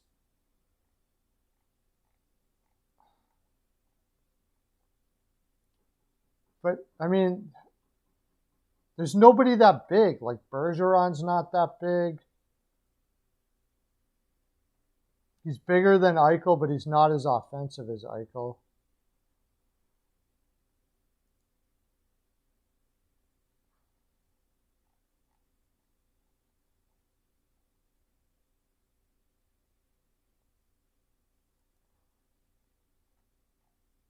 Maybe Jonathan Toews?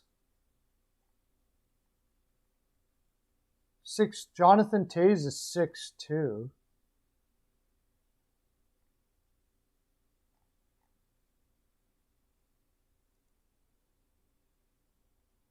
There's like nobody in the league like that big, and can play that kind of two-way game. They're all like 6'1", somewhere around there, and that's usually buttered up.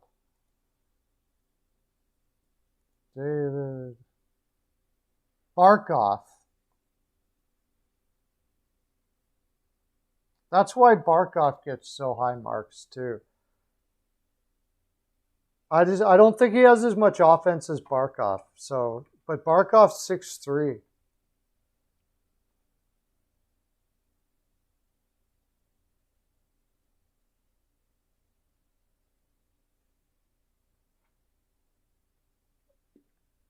Yeah. We did a little bit of an Olympics. We did a little bit of an Olympics thing there. Whoever just came in there, we were doing the Americans, and then we kind of stopped. But Couturier, I'd say Couturier makes it for sure somewhere. I don't know if he'll play center, but you already did. I like that one that he said. You already did.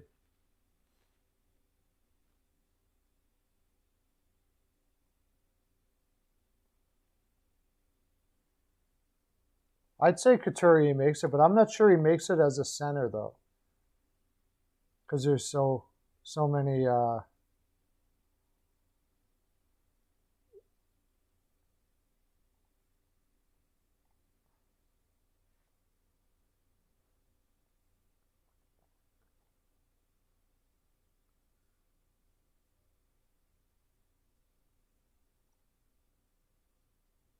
And then they got Turcotte. I think Turcotte's going to get traded for a winger. I really do. Not that there's anything great against Turcotte, but I that's the reason why when they do the LA trade stuff.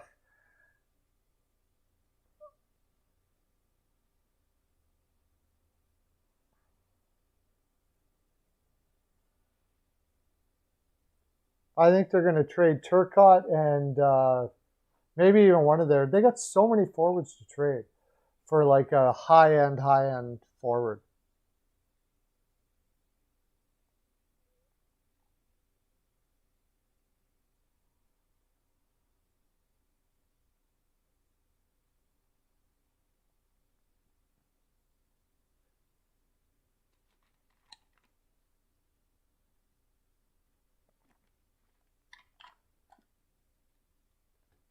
But who would that be? I don't know. But they've got all, like, LA's got everything they could to get everything that they need. They've got all they're so loaded up the middle, like they can get whoever they want pretty much. If Minnesota can't come to a contract resolution with Kaprizov, they could easily put a package together that would blow everybody away. Kachuk having problems in Ottawa there, that's like ridiculous.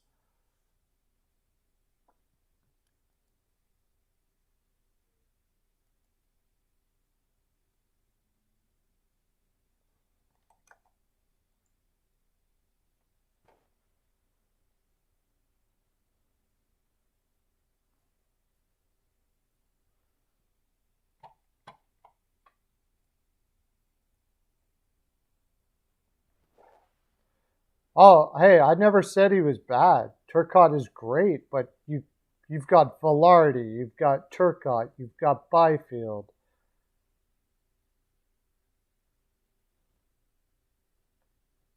Velarde can play wing.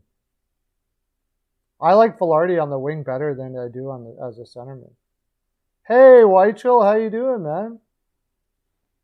John Weichel is in the house.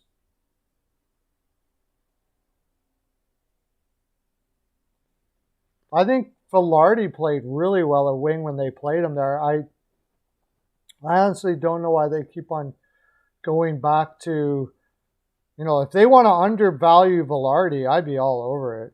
If I'm a team out there, I'd be all over it.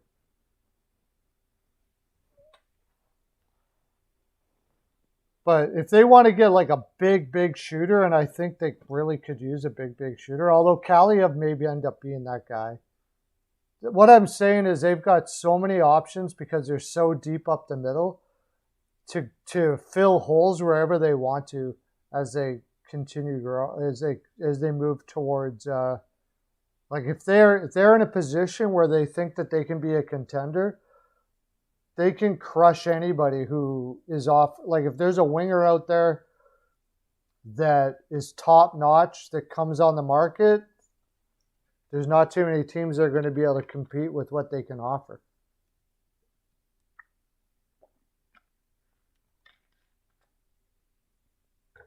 I like Velarde on the wing. I thought he played better on the wing. They keep on trying to put him back in the middle, and they...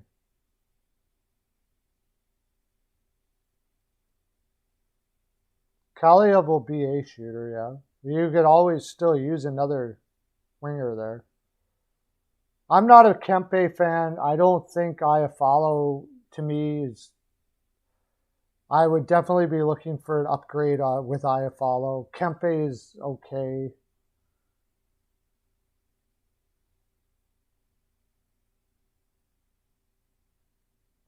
Oh, yeah, for sure.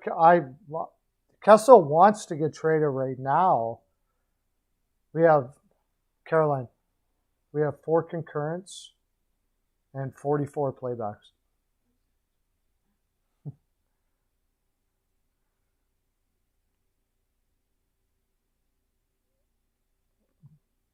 Yeah, they are done if Rasmus Sandin or if Rasmus Sandin can't play. Yeah, we'll see what he can turn out. He looks pretty good. Fagemo does look really good.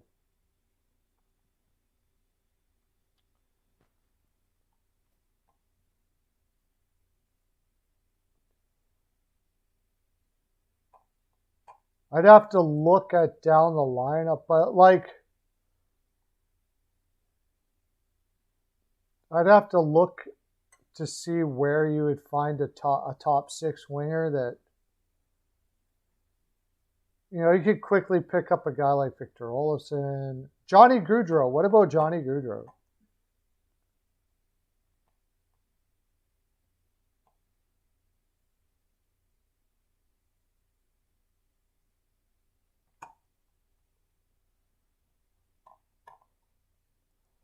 Let's say they wanted to go for a guy like Johnny Gaudreau. Yeah, Tuck. Tuck would be great.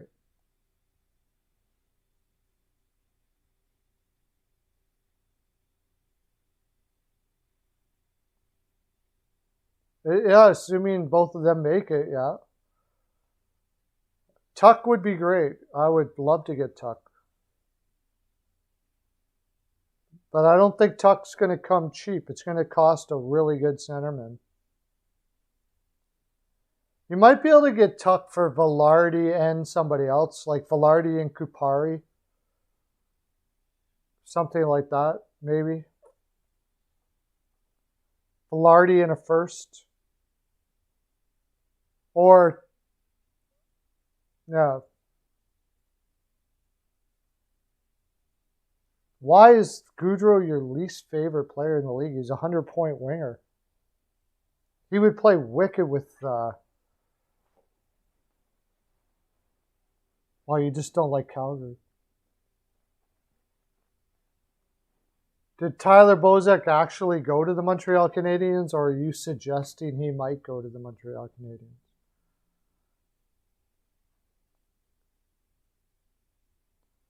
By the way, whoever that spammer was that kept on going on and on, if he's still here, thank you very much. That helps the chat a lot. Chat like that brings people to the stream.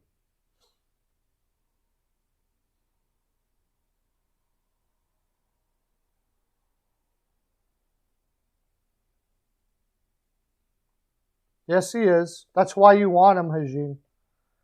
I love it when people do that. Tuck isn't worth that much. But why do you want him then? He is definitely worth that much. If you don't think he's worth that much, then don't bother offering, because you're not going to get him unless you give that much. You're not getting Tuck, a young power forward like Tuck, for anything less than that, I would say. Like, if you think you're going to get Tuck for a first, you're not. For a late first-round pick, you're not. Especially with Vegas Vegas doesn't need to trade, so you have no leverage. Vegas doesn't need to trade Tuck.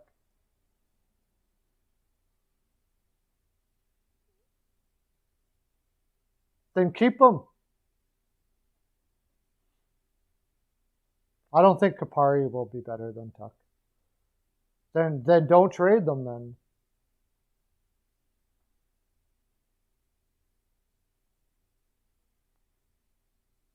Vegas would love to have Trocheck. I agree. That would be a good trade.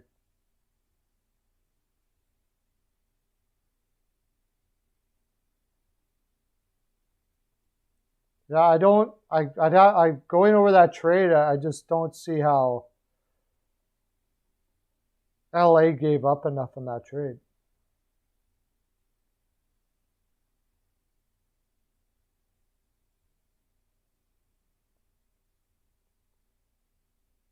Yeah, I think Vegas would really like to have Trocheck.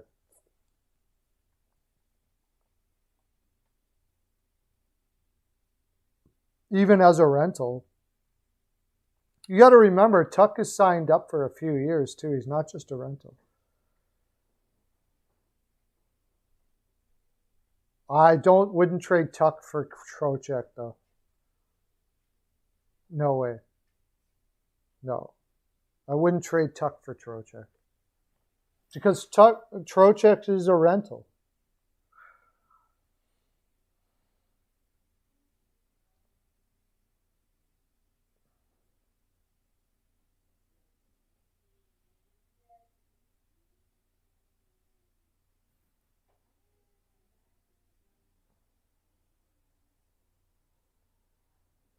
Trocheck's only got 1 year. Like, there's a guy that might get you a late first somewhere. If you get a real battle, if somebody's desperate for a second line center, which Vegas kind of is, but I wouldn't trade Tuck for him. Personally, I wouldn't. Maybe they will, but I wouldn't. I like Tuck too much to spend it on a rental center.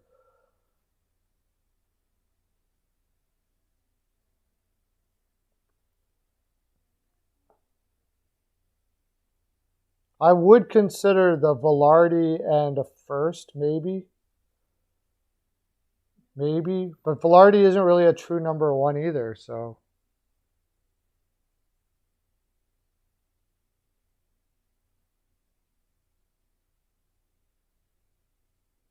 That's kind of how negotiations go, though, right? You give them a call and they're like, well, we don't think Tuck is worth that. And then I'll be like, well, we think Tuck is worth that. So we'll keep him if we don't get that. So the value is based on whatever the value it is to the team.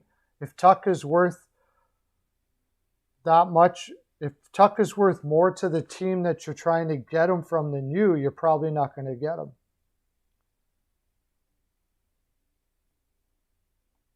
Well, that was a bad move. They got Dadonov because they're not signing Smith again. Smith is gone.